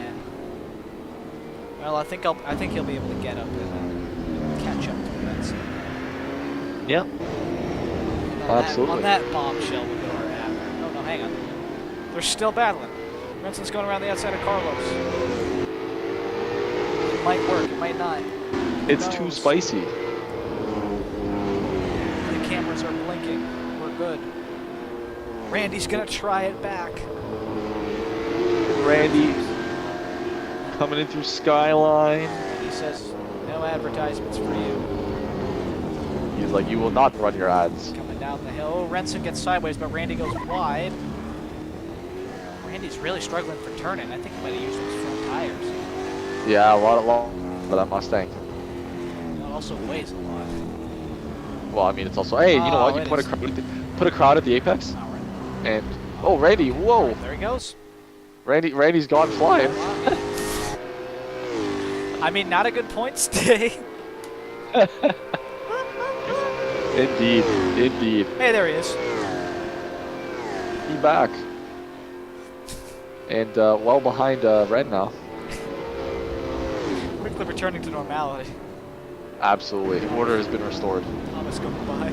Oh, Randy demolishes Thomas. Oh, no, hang on. Man. Oh, okay, all right. Randy must be having some kind of connection issues. Thomas getting taken out. Thomas has a spin. Oh, Thomas has gotten taken out by Randy. Car. That is so man. unfortunate because that wasn't on Randy too. That was straight leg. No, that was just straight leg. That is so rough. Assetto being Assetto sometimes, he lost one you know. place. Oh, somebody spun off. I don't know who that is. Oh, who is that? Somebody spun. Oh, whatever. Oh well. Hey, you know what? Maybe it's time for our little ad break. We've waited long enough. I think that's a sign to show our ad. Yeah, absolutely. Hang on, just before we go to, I would like to point out, Jackson is now coming around to lap 7th place. So, oh my goodness. And on that, we're going to run our quick ads. Thankfully, the lights keep the lights on, keep the engines running, etc. Yeah. Supply the lunches. We'll be right back, folks. After these messages.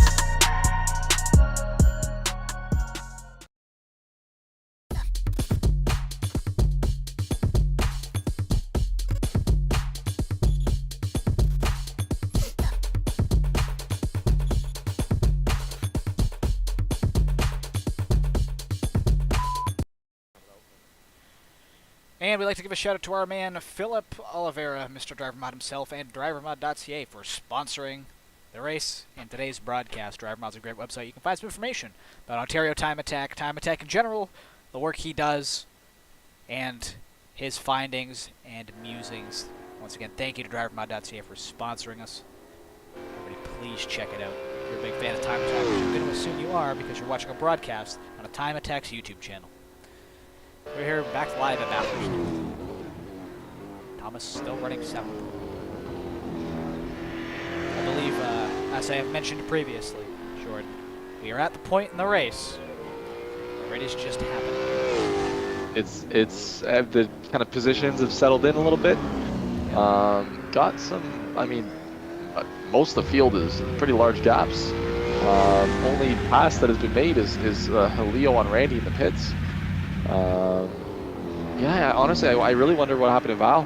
We were just talking about that on the commercial break, but I just wonder where that pit stop. You know, he's running in 12th place, trying to gain some positions back, but that really cost him. I have been informed by an external source that Val has accidentally checked the engine repair option on the stop. Oh. And so the team, quote unquote, the team would have had to like pull the engine apart. Oh my goodness. I can see why that took so long. I find it's Yeah. not good to very quickly replace a valve. Yeah. No, definitely not. Oh man, that's some tough luck for him, for sure. Well, I mean, those mistakes don't win championships. No, I'm just kidding. Hard luck for Val. Very sorry to hear that. Yeah, very unfortunate. Closest gap on track currently 4 seconds. Walter and Edgar. Oh, Philip having a bit of a loop. Whoa! And Thomas squeezes by clean. Oh, Philip's, come on, get it sorted. Get it sorted. Come on. Oh, Damn it. and here comes Leo. This might hurt. Oh, Philip, no!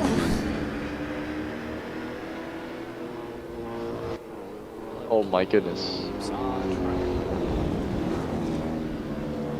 Yeah, always sketchy getting close to a car through Skyline in the S's. Yeah, for sure. you gotta kind of work it out in your head. You gotta work out the speed differential. Oh yeah.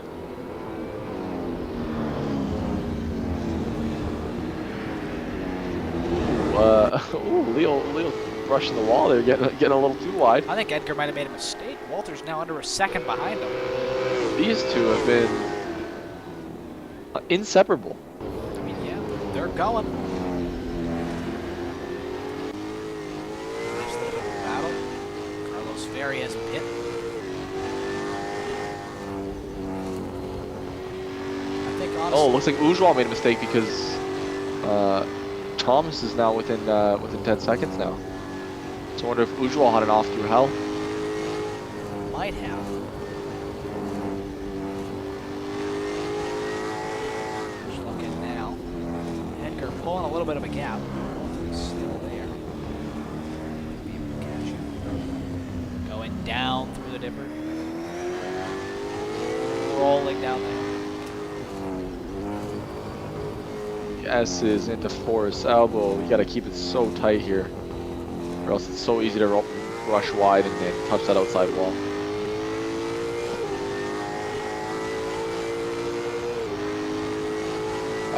I have a fun little question for you, Josh. Hello. So, what do you think the first car from Holden was called? First car? The first Holden car. Vehicle. Yes. I really hope it's gonna be like the Holden. You better believe it. Ferrari took the Oh my idea. God, actually? 2 years later, it was No the way. No way. The Holden. Let's the Holden go. Holden. Shout out to It's Australia. the first Holden car was the Holden. Shout out Australia. Shout Doing out it before Ferrari ever did it with the LaFerrari. Also shout out to Bruno Fantazzi from Pitt. Yep, coming to the pits now, just on his exit. And off to the races. Right in front of Val. Val might catch him. On the bright side with that engine repair. Pet motor to go get. Oh yeah. He's closing that gap on Bruno very quickly. We will see if Val can squeeze back up in the top 10. I'm still thinking about the Holden. The Holden. Well, you said it was just called the Holden, right? The Holden. By Holden. So it wasn't the Holden. It was just called the Holden. The Holden. I mean, The company did consider giving it a model name, such as Woomera, Emu, and Austral. It was just the Holden. I mean, Simply put. that works.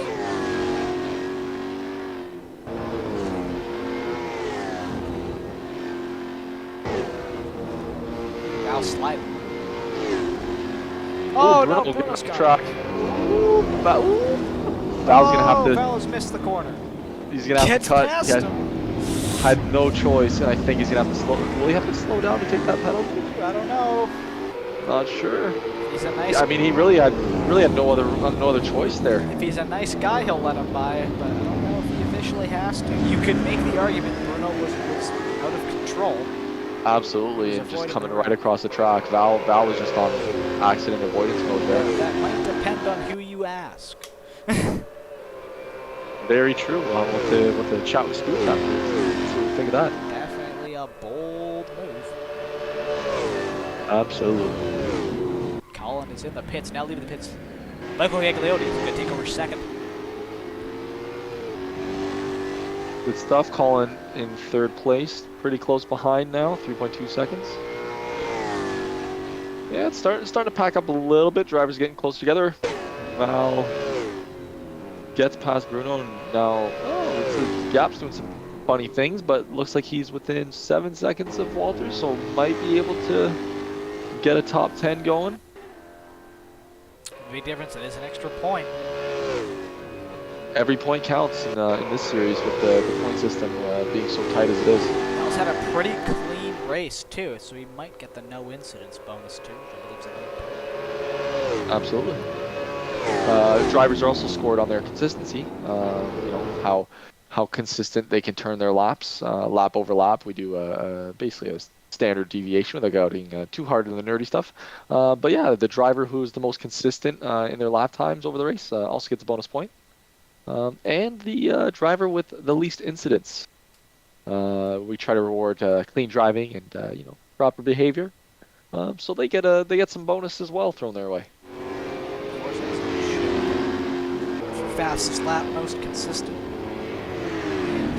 Cleanest driver. Oh, Bruno getting a little bit hairy back there, trying to get around a lapped car. Trying to get around a lap up car actually, as Bruno goes off again.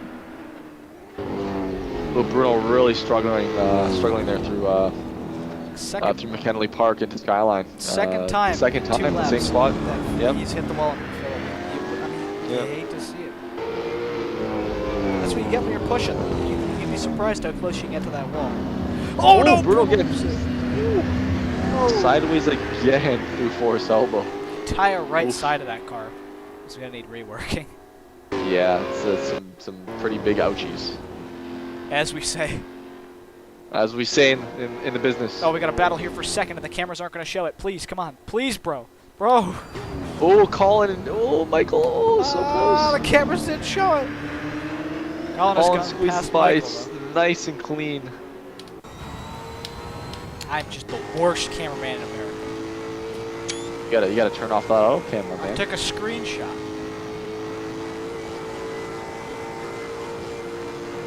Colin battled hard. Michael might be able to catch him. It depends. Colin might be on a softer tire.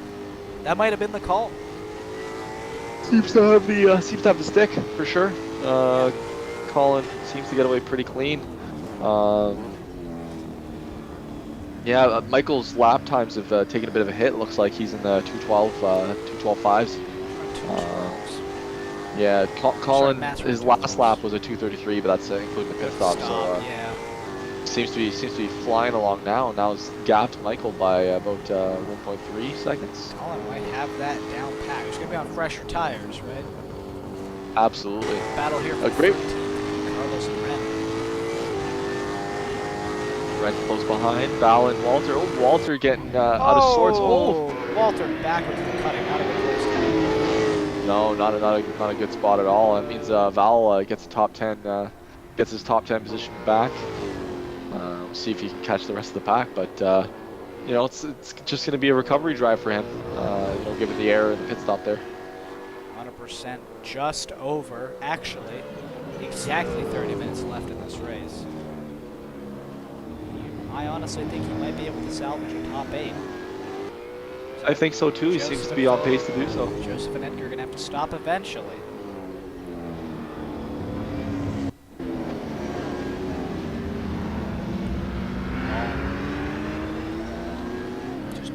Pulling away from Michael. Fun folded Commodore fact. Commodore Group A vehicle, Tom Walkinshaw Racing, which we know is closely associated with Jaguar, actually was the leading force in the development of Holden's HSV division, which is their high-performance vehicle division, and this is after Peter Brock splitting with Holden in 1987. There's actually a homologation Group A Commodore called the Commodore SS Group A SV, and it looks badass as hell. Is it the one that's It's a got- brick? It's got like like in the a- ground effects and like a big old wang on it. some sweet With hood the vents. with like the wedge, or am I thinking of a different one? Yes. Yeah. That one's Good sick. stuff. It's good. That good stuff. one had some proper beats. Yeah. Big old Life, V8 motor. Big old V8 motor. It's now within 2 seconds. Ooh, Walter coming down pit road. Wait, we are just getting the worst camera angles ever. There we are. Good stuff. There he is. Cruising in.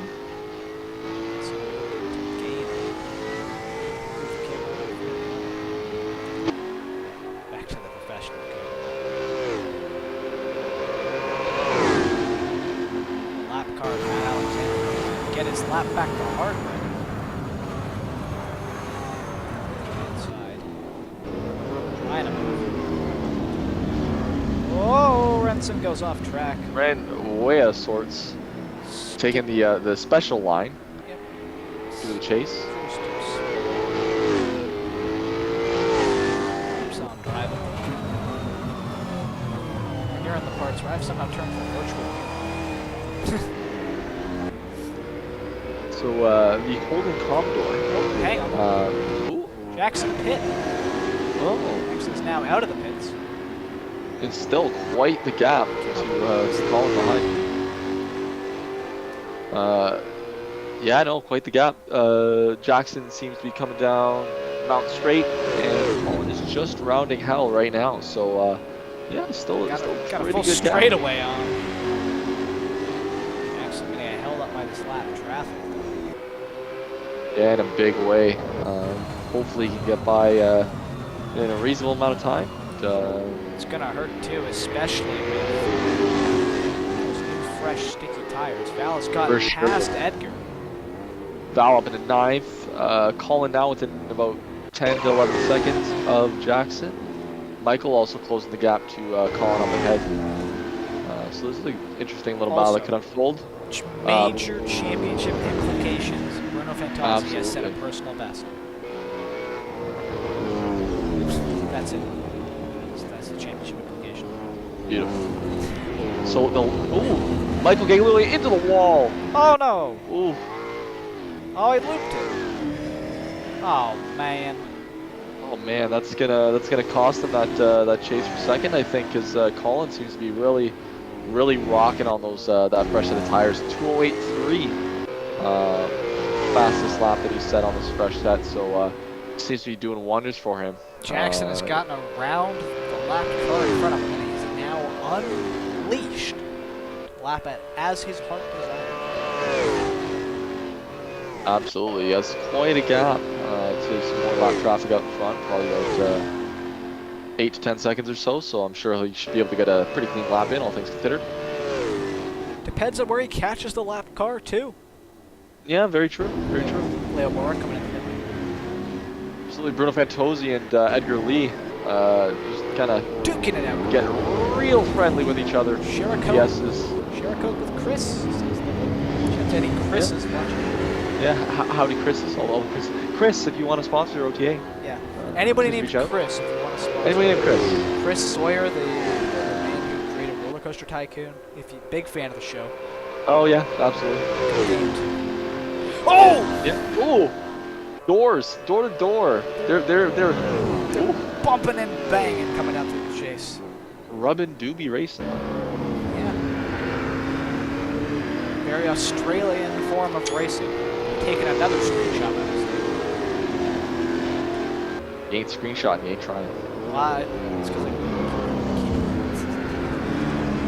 It's out of the excitement. Edgar misses the corner as Anthony spins behind him in 18. Ooh. Big ouch. Not laughing at you, Anthony. I'm laughing with you.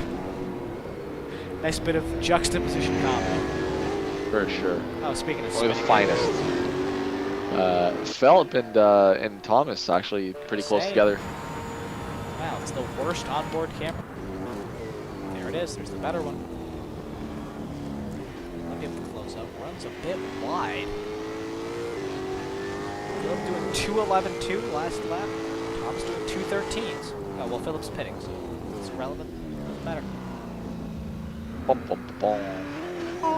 Oh, he wrecks it pit in! Oh, Jesus. Oh, no. Oh, no. Well, Big oofskis. I mean, you really hate to see it. Yeah. I mean, it does happen sometimes. The income tax Yeah. professional says this billboard because the camera's broken. Shout to the income tax professionals. Yeah, income tax professionals, if you want to sponsor the show, Sponsor the show. please reach out. Big fans. Yeah. You know, if you need to do your income taxes and If happen to be in Australia. you guys pay your tax in Australia. If you guys want to Apparently. visit New South Wales, check out visitnewsouthwales.com. The premier tourism board in Australia. It's funny. New South Wales? V8 Supercars puts the name on the window, right? But traditionally in like NASCAR or in sports cars, they'll put the name on the quote-unquote name rail, like the Yes. The right above the door. Yep. And the name quote-unquote name rail above the door on the V8 Supercar on Thomas's car says Snap-on. So I swear for a second I thought somebody with the last name Snap-on drove. That is hilarious. Oh my God! Yeah, it's right there. It's right on the name rail there. This just one above the says door. Kelly. I'm going to assume it's James Kelly. Oh. Autodesk. Shout out Autodesk. Snap-on and Autodesk. Autodesk, if you dynamic want to sponsor the duo. show, I mean, I use your products all the I'd time. rather get sponsored by like SolidWorks. Oh. Bruno Fantasi's done Them- another personal best. Them be fighting words. Bruno Fantasi has done another fastest lap. He has He's unleashed the shackles. Getting on that into car. the groove, a 2:10 flat, pretty strong time from Bruno. He has On unleashed pace with the on Val up ahead. on that race car. Val Bruno approaching lap Fantasi traffic, has it looks done like. the lap of the gods. A 2:10 on more tires is pretty respectable. 2:10 flat is solid. You know, he's right in the pace of the leaders. Jackson doing a 2:09.7, so and Colin a 2:09.2. Colin's still flying on that new set of tires. So you know, Bruno's These cars, hey man, he's these solid cars, pace. these cars are almost perfectly distributed on the track so that nobody is racing each other. Closest gap is 5 seconds. You hate to see it. You really do. Yeah. There are 7 cars in the lead lap. Really makes you think. It's the nature of Bathurst, though. Yep. Yeah, it takes no prisoners, and we And saw the it very strategies, early too. on. When you have 4 tire compounds and a big fuel tank, you got a lot of choices on this.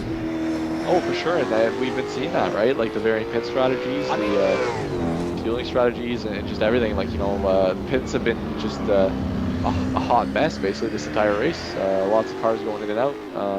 You're not really seeing these huge swaths of drivers coming in around the same time. Less reactionary pit stops. It's very much kind of drivers just figuring out the strategies on their own, and then just kind of following through and not letting the other cars around them mess with their predetermined strat. 100%. Well, 4 tire compounds and a big fuel tank, you get a lot of really interesting strategies.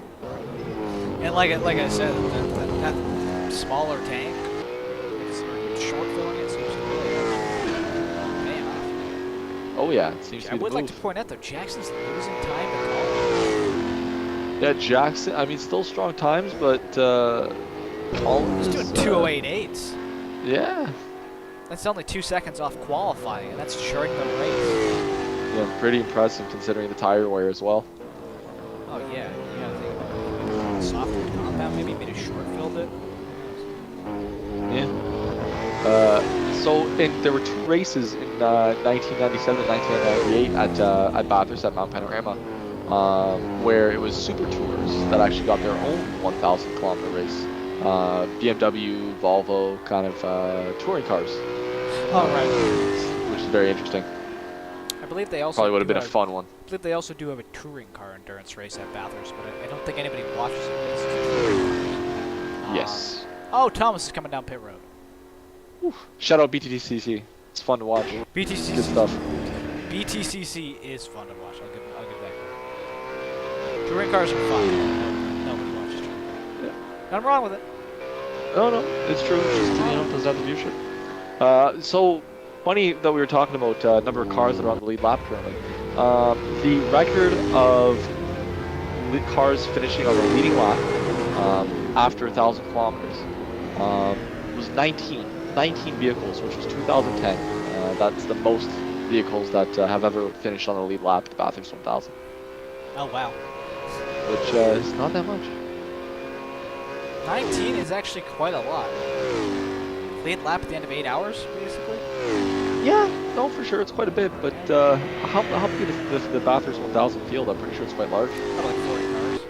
Yeah, see, so, you know what? That's almost 50%, half. yeah. That's almost 50%. That's actually, you know what? That's I think it needs quite a bit. I think it needs to be like the good old days where 3 cars finish on the lead lap and the winner won by a matter of minutes. Oh yeah. Yeah, that was fun.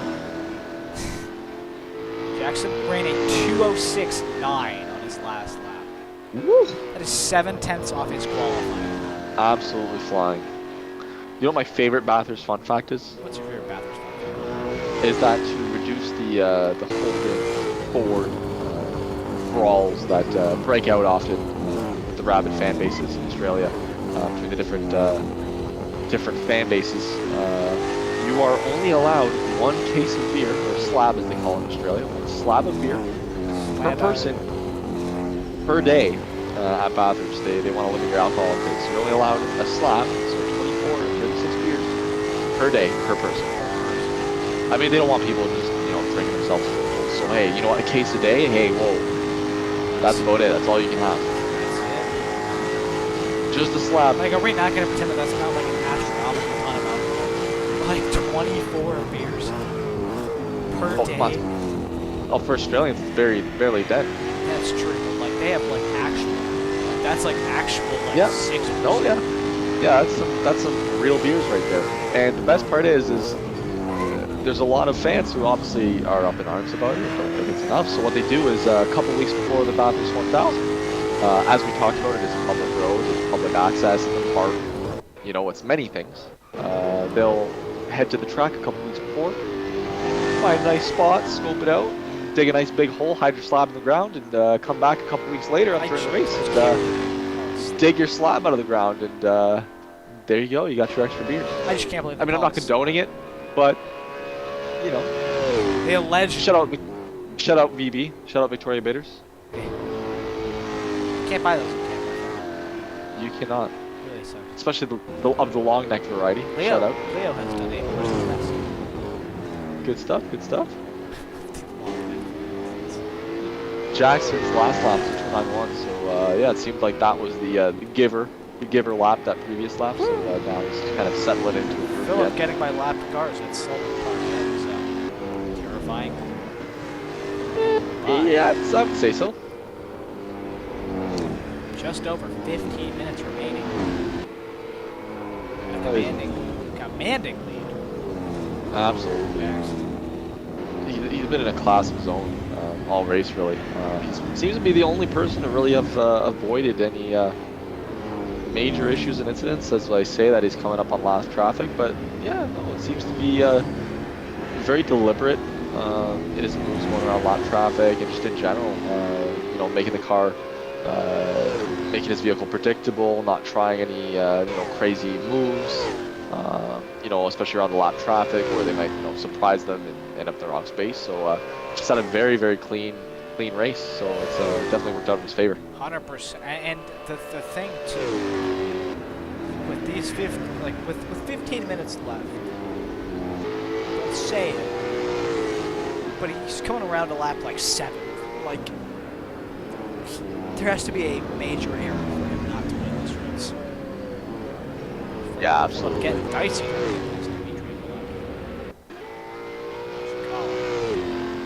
Jackson might be getting caught in lap traffic because he's lost time back to Colin. Last lap was a 2:10. Colin's last lap was a 2:09. Yeah, Colin does have those tires really fired up.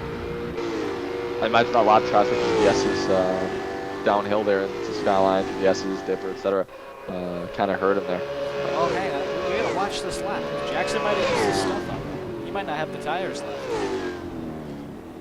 Maybe not. And at this point, like, you're not gonna stop.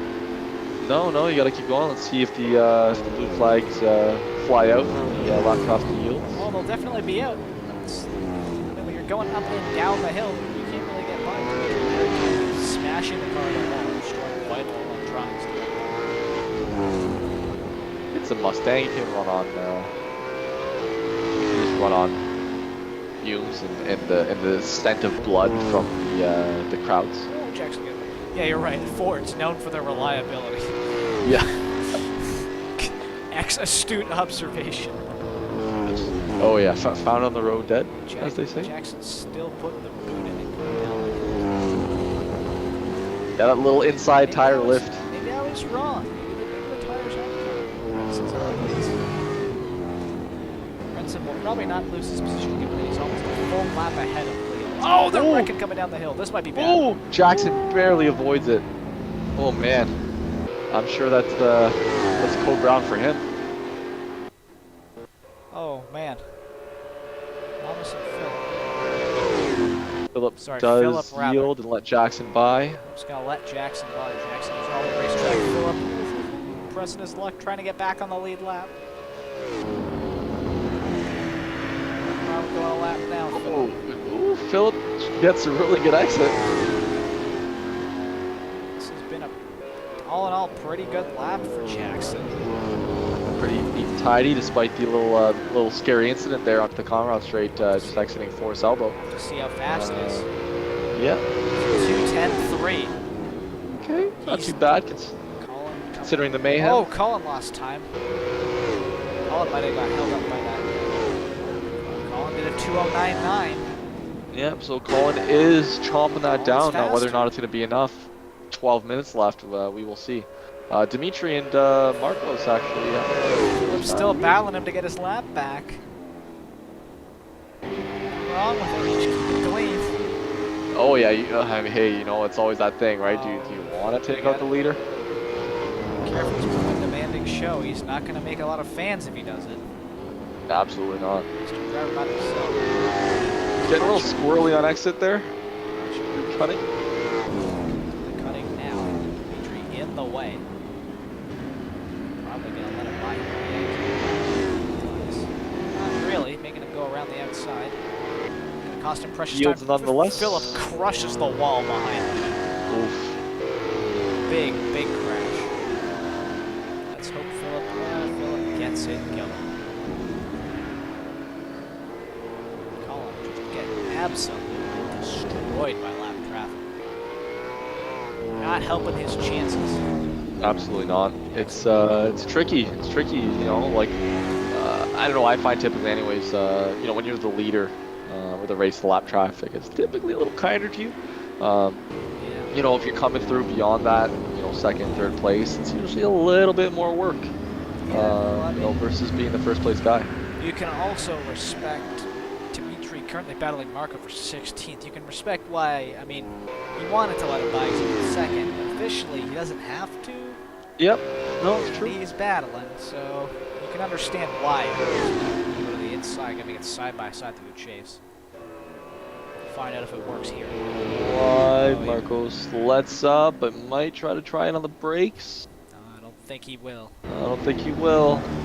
Hey, we've seen it before during this race. Ooh, Marcos get a little bit out of sorts. I think he touched the grass there. Oh, Joseph spins it going down the hill. Val's now up to 8. Oh!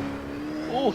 Marcos bumps the back of Dimitri and, oh man. Oh! Right at Murray's there. Oh. He's waiting for Dimitri to get going again. Oh, that is unfortunate. Nice gesture. Anthony H got by at 18th, getting his lap back on the guy ahead of him. Absolutely. Colin did a 2:11. Cullen did a 2:11.2. Jackson did a 2:09.6. 2:09.6. Yeah, that traffic is really costing Colin a lot of time. I mean, there's still more slow cars ahead.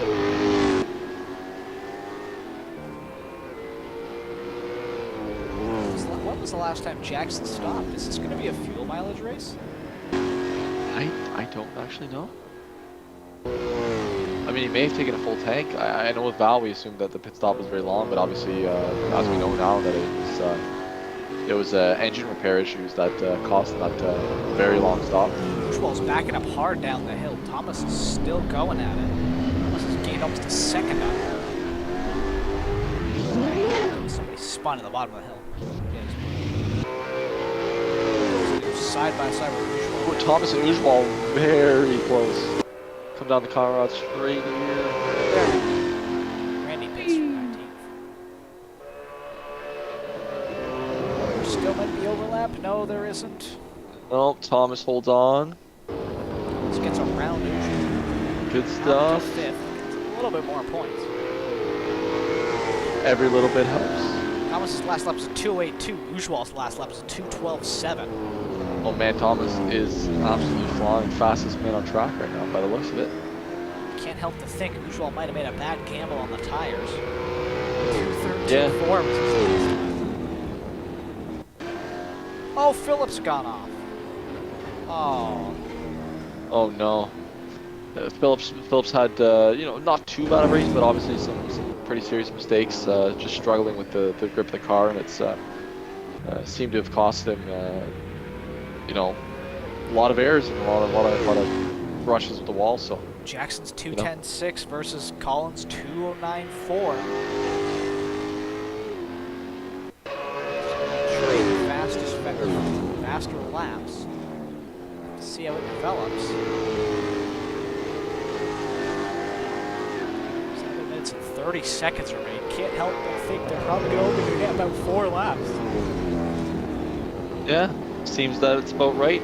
Yeah, Ujwal's really fallen back already from Thomas. So I think he's pretty much struggling with the grip, like we were saying. Yeah, car's getting very swirly through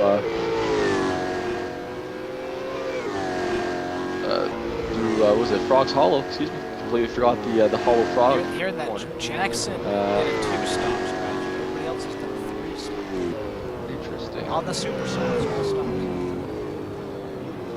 Makes you think, why even have them? Yeah. Could be a track temperature thing. Randy crushing the wall. Later Jackson runs. Why going to lose time? Colin going to be probably unimpeded coming down the hill. Colin seems to get down the hill cleanly through the S's. Elvis chances. On into Forest Elbow here. Close that gap to about 11 seconds-ish now.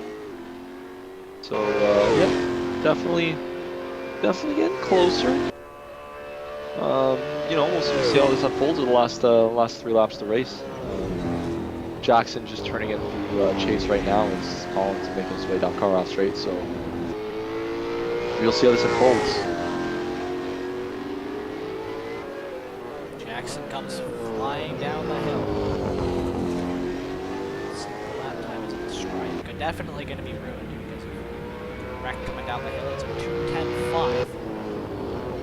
Watching Colin coming around Murray's right now in the straight. Let's see what he put down, and I guess we got a sense. Very kind. 2:09.8. 2:09.8 versus a 2:10.5. Colin is faster. Chipping away at it. Now, whether or not it's going to be enough, we'll see if Jackson can hold on over the last couple laps. Watch it for some. Well, Jackson's not fuel saving. Tire saving though? Jackson's coming to that corner now. The gap now down to roughly about 10 seconds. Ooh, Jackson getting a little bit out of sorts. A little bit out of sorts through cutting there. This will be interesting. This will be interesting. Regardless of how this plays out, it'll be an interesting conclusion to the race. Colin is faster. He basically just needs Jackson to make a mistake. Or 2 really good laps to even remotely get a chance. Jackson come through Skyline right now. Seems to keep it neat and tidy. Is Colin coming through Skyline now. So yeah, no, he's definitely closed that gap quite a bit. Jackson's still pushing really hard. He doesn't need Really to. hard. Doesn't need to. Must be feeling the threat of Colin getting closer and closer behind, trying to push it to the limit. Yeah, no, that gap's getting closed. Colin is on the hunt.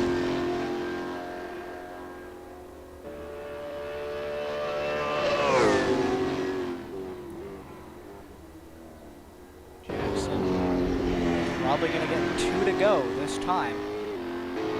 See what the lap time is. Maybe he's backing it up. Maybe he's still pushing. A little bit wide through Murray's onto the main straight. Let's see what time he puts down. It's a 2:10.4. Yeah, and looking at Colin now. Colin seemed to have a pretty good lap.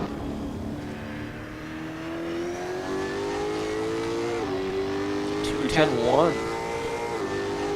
Still a little bit quicker, but it is not as good of a lap. It is faster in the technical sense. But might not be enough. Jackson is approaching lap traffic as well. Colin seems to have a wide open run to Jackson. Yeah, absolutely he does. Yeah. So there is no traffic between them. Jackson now catching 6th in this race. That's how much of a gap he's made. Turns out the gaps like to get like this when you make one less stop. Yeah, certainly seems that way. Ooh, Bourgeois getting all its sorts. That's why. Absolutely, I think it was a smart. Oh, Jackson hits the wall. Jackson ties up in the wall there, manages to keep it straight, come through Skyline, but what the hell? Jackson's still driving at the limit. He doesn't have to. But he's still pushing. Way too hard. Colin coming over Skyline now. Yeah, just as Colin's coming through the S's, Jackson seems to be exiting Forest Elbow, so yeah. Jackson's still pushing. Going to begin the last lap this time around.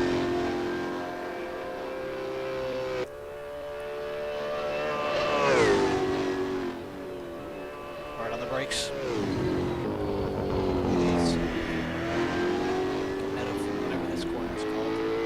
Also the chase. Into Murray's, keeping it tidy. Nicely done. Much later onto the throttle there. I'm sure his tires are starting to wear down a little bit. 10-2. Much stronger lap than he's done previously. Over the last few. Oh, Colin actually at 2:10.3, so 2:10.3. I think this is going to be the last lap by the looks of it. This will be the last lap. Jackson basically just has to bring it home. You know, if I were Jackson, I'd just be in coast mode, just try to keep it out of the cabbage and, you know, bring it home in one piece. Cars ahead of him.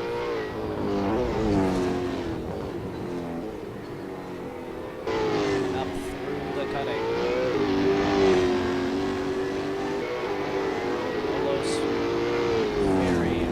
Not gonna make it easy going around the outside. Not a great park to place to try. The heck no. I appreciate the kind gesture. I'm sure Jackson does too. Oh yeah. Pushing the curb. He's gonna catch lap traffic coming down the hill.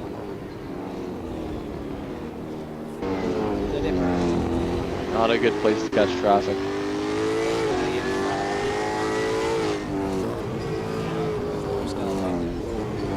Sideways. Jackson's getting a good exit. Is Andrew's gonna lift and let him by? Yes, moving forward. Give Jackson a clean run. Makes sense.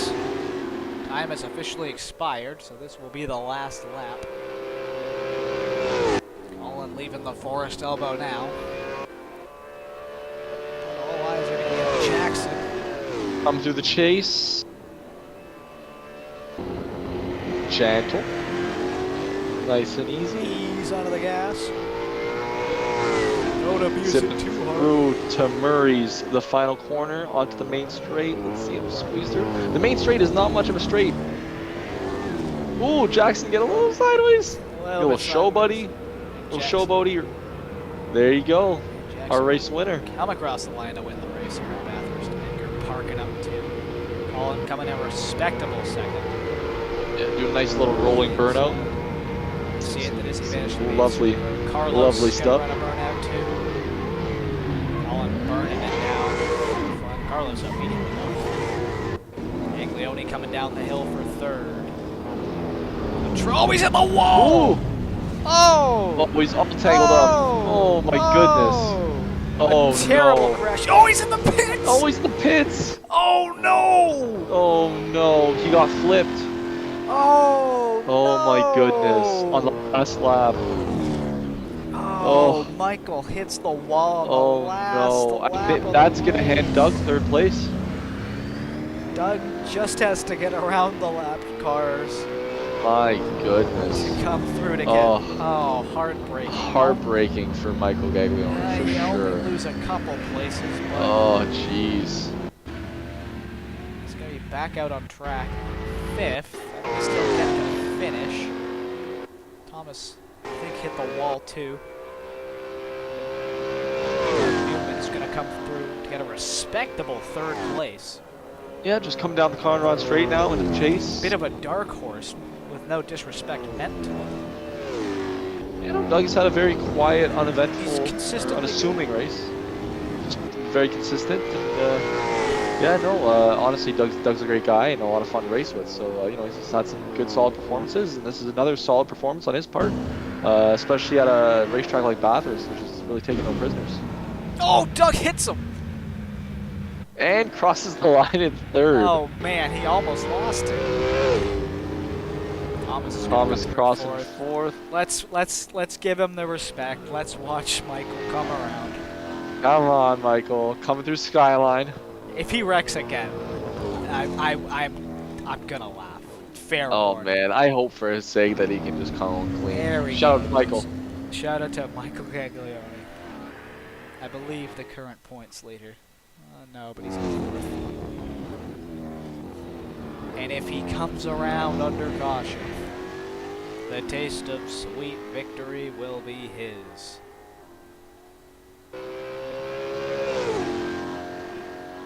There he goes. Down, Conrad. I really hope the session doesn't time out. I hope he gets time to finish for his. I hope so as well. Here he comes. He doesn't Through care. Use chase. Use the curb. Use the dirt. Whatever you got to do. Under the bridge. Oh no! Oh no! Well, he got to the Liqui Bridge, and that's where the start-finish line is for the Bathurst 12-hour. So I'm counting that as finishing. That's a finish. Aglione won this race, and I came fifth, unfortunately. Oh man, you really got to feel for him. Let's see if we can get some interviews. Jordan, you want to grab? Let's grab our race winner. Yeah, let's do that. Let's go get Jackson. I'll grab him and bring him in. Frantic, intense racing here on the last lap at Bathurst. What a finish. You really got to feel for my guy, Michael. Let's have a quick look at our schedule. Remember, next week's race will be the finale at Paul Ricard in the Dallara F317. It'll be a fun one. I'm looking forward to it. Should be a lot of fun. Do we have our guy here? Yes, we do. The race winner, Jackson De Oliveira. Jackson, how you doing, buddy? Doing great. You sound like you're riveted. I mean, Yeah, no. Sorry, I was looking up the moment. I've been dreaming about this since I was a kid. You know. yeah. You seem to have a pretty good Absolutely. race. So you did 2 stops. Everybody else did 3 stops. How'd that work out for you? I mean, it won you the race, but. Yeah. So there was a lot of discussion around this race whether we were going to do a 1 stop and conserve fuel on the softs, and then there were other strats to do, supers and then the soft, or super, and ultimately I wasn't sure what I was going to do until we got into the race and I saw how long the supers were going to last. So luckily I was able to get enough tire life out of them to then do just a 2-stop strategy on supers the whole way. How long were you able to go on the supers? What was your longest stint? That was my first stint. I think I did 17 laps. Oh wow. Yeah. Wow. It gets a little squirrely towards the end, but had enough fuel in it just in case that was going to be held up with traffic or whatever to make those tires last. Well, that's good. Anything I saw, there were a couple times you got dicey, particularly with traffic, and especially on that last pit stop, you kind of came out right in front of Michael. How was that? It was good. Definitely the hardest thing was dealing with traffic. Most of the guys are pretty good and, give you some space, but sometimes you come up on somebody in an awkward position and there's really no place to pass on the top of the hill. And even leading up to it. So your best place is, of course on the straight, but it doesn't always work out that way. So I made a few mistakes trying to avoid traffic, but generally it was okay. And, when I came out of the pits in front of Michael Gaglione, it was good. I came out on supers and just had built up enough time in front of him to just be in front of him, and he was on softs and with a heavy tank, and it ended up working out in my favor. Oh, it definitely did. I mean, especially that last stint on your part, it was flawless, to be honest. I think you're one of the few drivers on track, if not the only one, to really have no major incidences, and it really showed in your pace overall. So it was a really, really, really awesome, commanding race on your side. So really, really great performance. Appreciate that. It's funny. Almost would prefer being in the middle of the pack and cutting it up with the other drivers, because everybody here is a lot of fun to race with. So it's been good, and of course I'm happy to win, but I think we know who the overall title is going to go to. So it's at this point mostly just to have bragging rights, and that's about it. I'm gonna win the overall title. What I hear, it's definitely gonna be. Yeah, it's definitely gonna be Josh. Now, real quick before we let you go, what was the start like for you? We saw it was a pretty chaotic first lap, as was expected for Bathurst. How was your first lap? It was good. I got a good launch. I was on the inside in position 3, just behind Pole, and Pole, I think that was the case. Pole looked like he didn't get a good run and was sleeping at the tree, and ultimately was able to go on the inside between, I think, first and second. But yeah, luckily it seemed like everybody stayed fairly clean for all things considered at Bathurst, and it was a good start for me, at least. I don't know what happened to the field behind me. I think just about everything happened to the field behind you. Yeah, I mean the first corner at Bathurst, I don't know if you know, but it's called Hell, literally Hell Corner, and it lived up to its name. First corner, first lap. With the folks behind you, so definitely an interesting watch. But you got a really good launch and just kind of worked out in your favor, and yeah. Yeah, just as I said, the discussion for the strategy for this week was a big question mark. So I'm glad it worked out. I didn't expect it to, but yeah. Well, congrats on the win, and you looking forward to next week? The F3's Paul Ricard's going to be much different track, much different car. You think you're going to be able to do well? I don't know. I really don't like Paul Ricard, and the every corner looks the same to me. So I'm not. I don't think I'll be fast. Well, I mean, good luck, and congrats on the win again. Thank you, and thank you guys for covering. No problem. Anytime. No problem. It was a great race, and you did an awesome job, and it was really, really fun to watch. So great job. Thank you, guys. No problem. Alrighty, Jordan. Do we want to talk to our second place finisher, Colin? Yeah, let's bring him in. Bring Colin out there. We'll leave Jackson here. Hey, Colin, you're here on the booth. All right. Oh, hold on. Sorry about that. Hold on. Oh. Had a little broadcast error here. There we go. Hey, Colin, how are you doing? I'm glad to hear it. Colin, you there? Oh, hi. Yeah, I'm here. I can hear you. Hi, hello. You are in the booth. How are you? Oh, hello. How was the race? Congrats on second. Oh, thank you. I feel pretty guilty about that race. I had a bunch of fun, but man, I just messed up that first lap so badly that it really affected the rest of all of stint 1. Oh, the especially spin through Forest Elbow. Yeah, and then I just, sent it back on track, right? Oh. Instead of waiting for the field to pass. So, luckily there wasn't much damage after that from me or the person who made some contact with me in the back, or rather I made contact with them while doing that spin. It's pretty hard, to avoid somebody spinning their car around in Forest Elbow, if you know what I mean.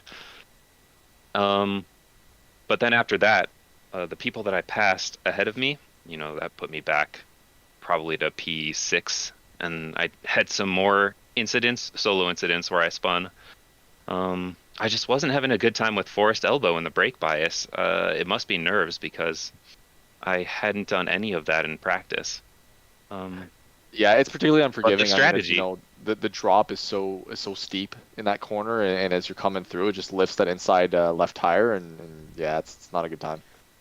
that's all she wrote. It goes around to the right, and you want to be turning left. Yeah. But I was able to make a pass on basically everybody ahead of me through the 2-pit strategy on super soft tires. Yeah, no, it was really good. And I so mean, if everybody, oh, go ahead. oh no, I was gonna say it was really good. I mean, despite your little incidences and getting tangled up with some of the other cars early on in the race in the first stint. The second stint was a great recovery drive on your part to get back up to second place, and honestly finishing within 10 seconds or so of Jackson, who honestly ran a flawless race. I mean, it really showed the amount of pace that you had in the latter Oh, half of man. the race. Yeah, I think at one point in time I had looked on my leaderboard during stint 1 and I was 50 some seconds back on Jackson. So it was definitely a good second and third stint Yeah, I'm to gonna get be that kind of time back. Yeah, I'm gonna be honest with you. Like 6 cars finished on the lead lap. I think 5 cars did actually. Like the gaps were huge because the stints were so different. Oh yeah, tire strategy and fuel strategy really played into this race, and it's quite a difficult track. Very, very, very hard, especially with this car, without ABS or traction control, as I'm sure everybody knows. Yeah, and I mean, hey, locking spool lift does not help things. Yeah. And the weight. Yeah. Oof. But it feels good to get that one behind us. Yeah. Oh, for sure. And next week should be it's gonna be Formula 3's at Paul Ricard. Are you excited for that one? For sure. Yeah, the F3 cars are way nicer to drive than V8 Super. Well, I probably shouldn't say that. They're both a unique challenge in their own right. But heck, I was really, really dreading this race. It went about as well as I could hope for my first race at Bathurst there. But next For week, sure. my first race at Paul Ricard as well. So I'll be doing lots of practice, and those Formula cars are definitely challenging and a lot of fun. So yeah, I'm looking Absolutely. forward to it a lot. Absolutely. Hey, Bathurst, it takes no prisoners, and the V8 Supers man. did not make it any easier. So, no, well done on that second place. Brilliant, brilliant drive. And we'll be looking forward to seeing more from you next week during the final race. Yep. Thanks, guys. No problem. Thank you, Have Colin. a good one, Colin. Let's should we get let's get Michael in here.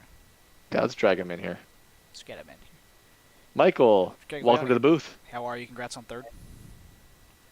Hi, Oh shit. Sorry. We yeah. forgot about the incident. Congrats on finish. Yeah. No, that's a super bummer. What happened last lap there? You coming down through Forest Elbow and So I was passing lap traffic, and the lap traffic happened to be on super soft, but I saw them run into the wall twice, so I figured, okay, they'll let me by. I got by, and then because they're on supers and I'm on 25 lap old softs, he was pressuring me into the corner, and I wasn't sure if he was going to try to make a move on me. And it made a small error, and then our cars collided, and it flipped me, and then the game glitched out and kicked me back to pits. I mean, you hate to see it. Was it? You say it was just kind of mistake on your part, or was it just one of those racing deals? There was no need for the racing to be happening. I definitely made a mistake. I mean, I'm not gonna make too many excuses. It is what it is. It's super unfortunate. That's twice in this series I've gone out on the last lap. So Yeah. Very unfortunate. Sorry to hear that. I mean, apart from that, the rest of the race, you enjoy it? You seem to be doing quite well. yeah, it was cool to see Jackson run the super soft strat. So props to him. I think I was really excited to see that somebody was actually going to do it, because I think both Val and I were touting the fact that we were going to do a single stop with lift and coast. And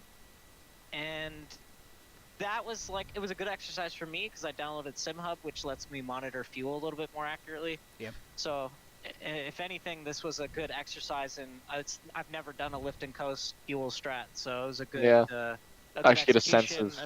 Yeah, and it worked. I mean, I got into pits with 0.1 liters left, and it was cool to make a plan and execute it. Oh, for sure, and especially over endurance racing, right? Like that's where you do see it. It's like more of that lift and coast type of strategy, and it's interesting to see. Okay, over a lap, if you're sacrificing a second or two each lap, it's that balance. Like how much do I have to lift and coast? Can I extend this fuel? Versus, let's say, how long does a pit stop take to take on more fuel, right? It's all that math that you have to do when it comes down to figuring out, your strategy of choice over an endurance race. So. Definitely a lot of fun to try those different strategies and do those different things, and it was fun for us in the booth actually to see the variety of different strategies. So I was really, excited. Yeah, I was excited Yeah. that he went for it. I was teasing. I was like, you did it, you went for it. Like, cause I saw him, I was like, of course, we had actually done some practice racing last night, Mhm. and the difference between the soft and super is just night and day. It's a totally different car. So like, I was like, he's gonna walk away, and then Colin made an incredible recovery as well after a terrible start. Yeah. So props to him as well. And I'm real upset, but I think I'll get over it. I'm really happy with how I raced, and it was awesome battling. I finally got to battle Val. And yeah, you that guys, you guys were on each other's bumper for a good couple laps there. It was very, very entertaining to watch. Yeah, it was good racing. I'm just glad I didn't hit him, because this whole series I hadn't actually ended up on track with him, and he's been very helpful in getting me up to speed every week. So it was great to be able to finally battle him, and then of course he had his pit stop error as well, which was a bummer. Yes, sir. Yeah, very unfortunate. We were wondering why his pit stop took so long, and yeah, it was that engine repair. Yeah. Right before we let you go, Michael. How was the start?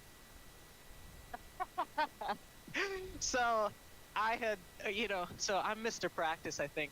Nobody will deny I had practiced my starts quite a lot.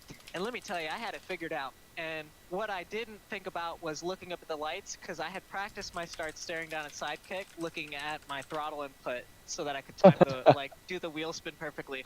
So I was looking at Sidekick, I got my half throttle to right where I wanted it to be, and then I looked up and all the cars were moving and the lights were gone. That explains it, because we were like, oh man, why is he sitting there? You gotta do a slow start. Jackson squeezed right by you. Oh man. Oh, it was awful. I mean, this is like I said in the booth before, my first real series, so lots of learning happening, lots of painful No, learning. for sure. Hey, learn by failing. That's what they say. yeah, but you know what? Not a bad result for you at all. Obviously, especially considering that little last lap heartbreak, but fifth place ain't too bad. The real key is, did you get through turn 1 all right? I think I bumped somebody, but overall, it was a light, it was a V8 supercar bump. It was just a little. You would survive. Just a little touch. Yeah, they can take it. And I got pole. Exactly. I've laid down a PB. Yeah, I was gonna say. I think as we remarked, there's the usual front row. Sweet. Well, that was a lot of fun, and you looking forward to next week? Yeah. I'm hopefully just gonna have a little bit cleaner race again, and not DQ on the last lap for this third time. Yeah, I mean, I actually like Paul Ricard. I love that track, so I know a lot of people don't, but I'm looking forward to it. Yeah. Well. Yeah, definitely. I mean, people complain because they think, especially for like F1, okay, it tends to be boring because it favors the Mercedes and whatever. But in terms of the actual track to drive on, in sim, actually a ton of fun. Pretty challenging. There's actually quite a bit of random little elevation changes that you wouldn't expect. And the Formula 3 is a riot, so I think you guys are gonna have a great time next week. And I'm sure. Yeah. It's gonna be a lot of fun. Yep. Well, have yourself a good day, Michael. I think that's about everything, right? Yep. Yeah. All right. Oh, I don't know. I don't know. Yeah, I think that's it for us. Thanks, Mike, for coming to the booth and chatting with us. Thanks for casting. Thanks for having me. No problem. No problem. Yeah, I guess that's about it for the broadcast today. I don't know if we have anything else or anybody else we want to talk to. Let's get a real quick check of the schedules before we go. Remember, next week's going to be the final race, the final chance to get that good finish before the drop week. The F3's at Paul Ricard. Definitely will be interesting. The F3 is a pretty neutral car. However, it is possible to loop it. Very true. They are easier to save if you do make an error than let's say a Formula 1 car or any faster open wheel car. So it does allow for a little bit of slip, but definitely a very different style of driving than the V8 supercar, which is just way more sideways and brute force. So it's more of a scalpel than a hammer. Yeah, and it'll be definitely be an interesting track. Well, I think if that's everything, we can probably start signing off. Well, I'm Josh Cronin with my co-commentator Jordan Bazugli. Thanks for coming out. We will see everybody next week. Same channel, same place, same time, different track, different car for the finale of the Lockdown Enduro Cup Season 3, presented by DriverMod and Hit Motorsports. That's everything, Jordan. I think it's time to head on out. Everybody, All right. have yourselves a good one, and we will see you next week. Like I said, same time, same place. Have a good night. Take care, everybody.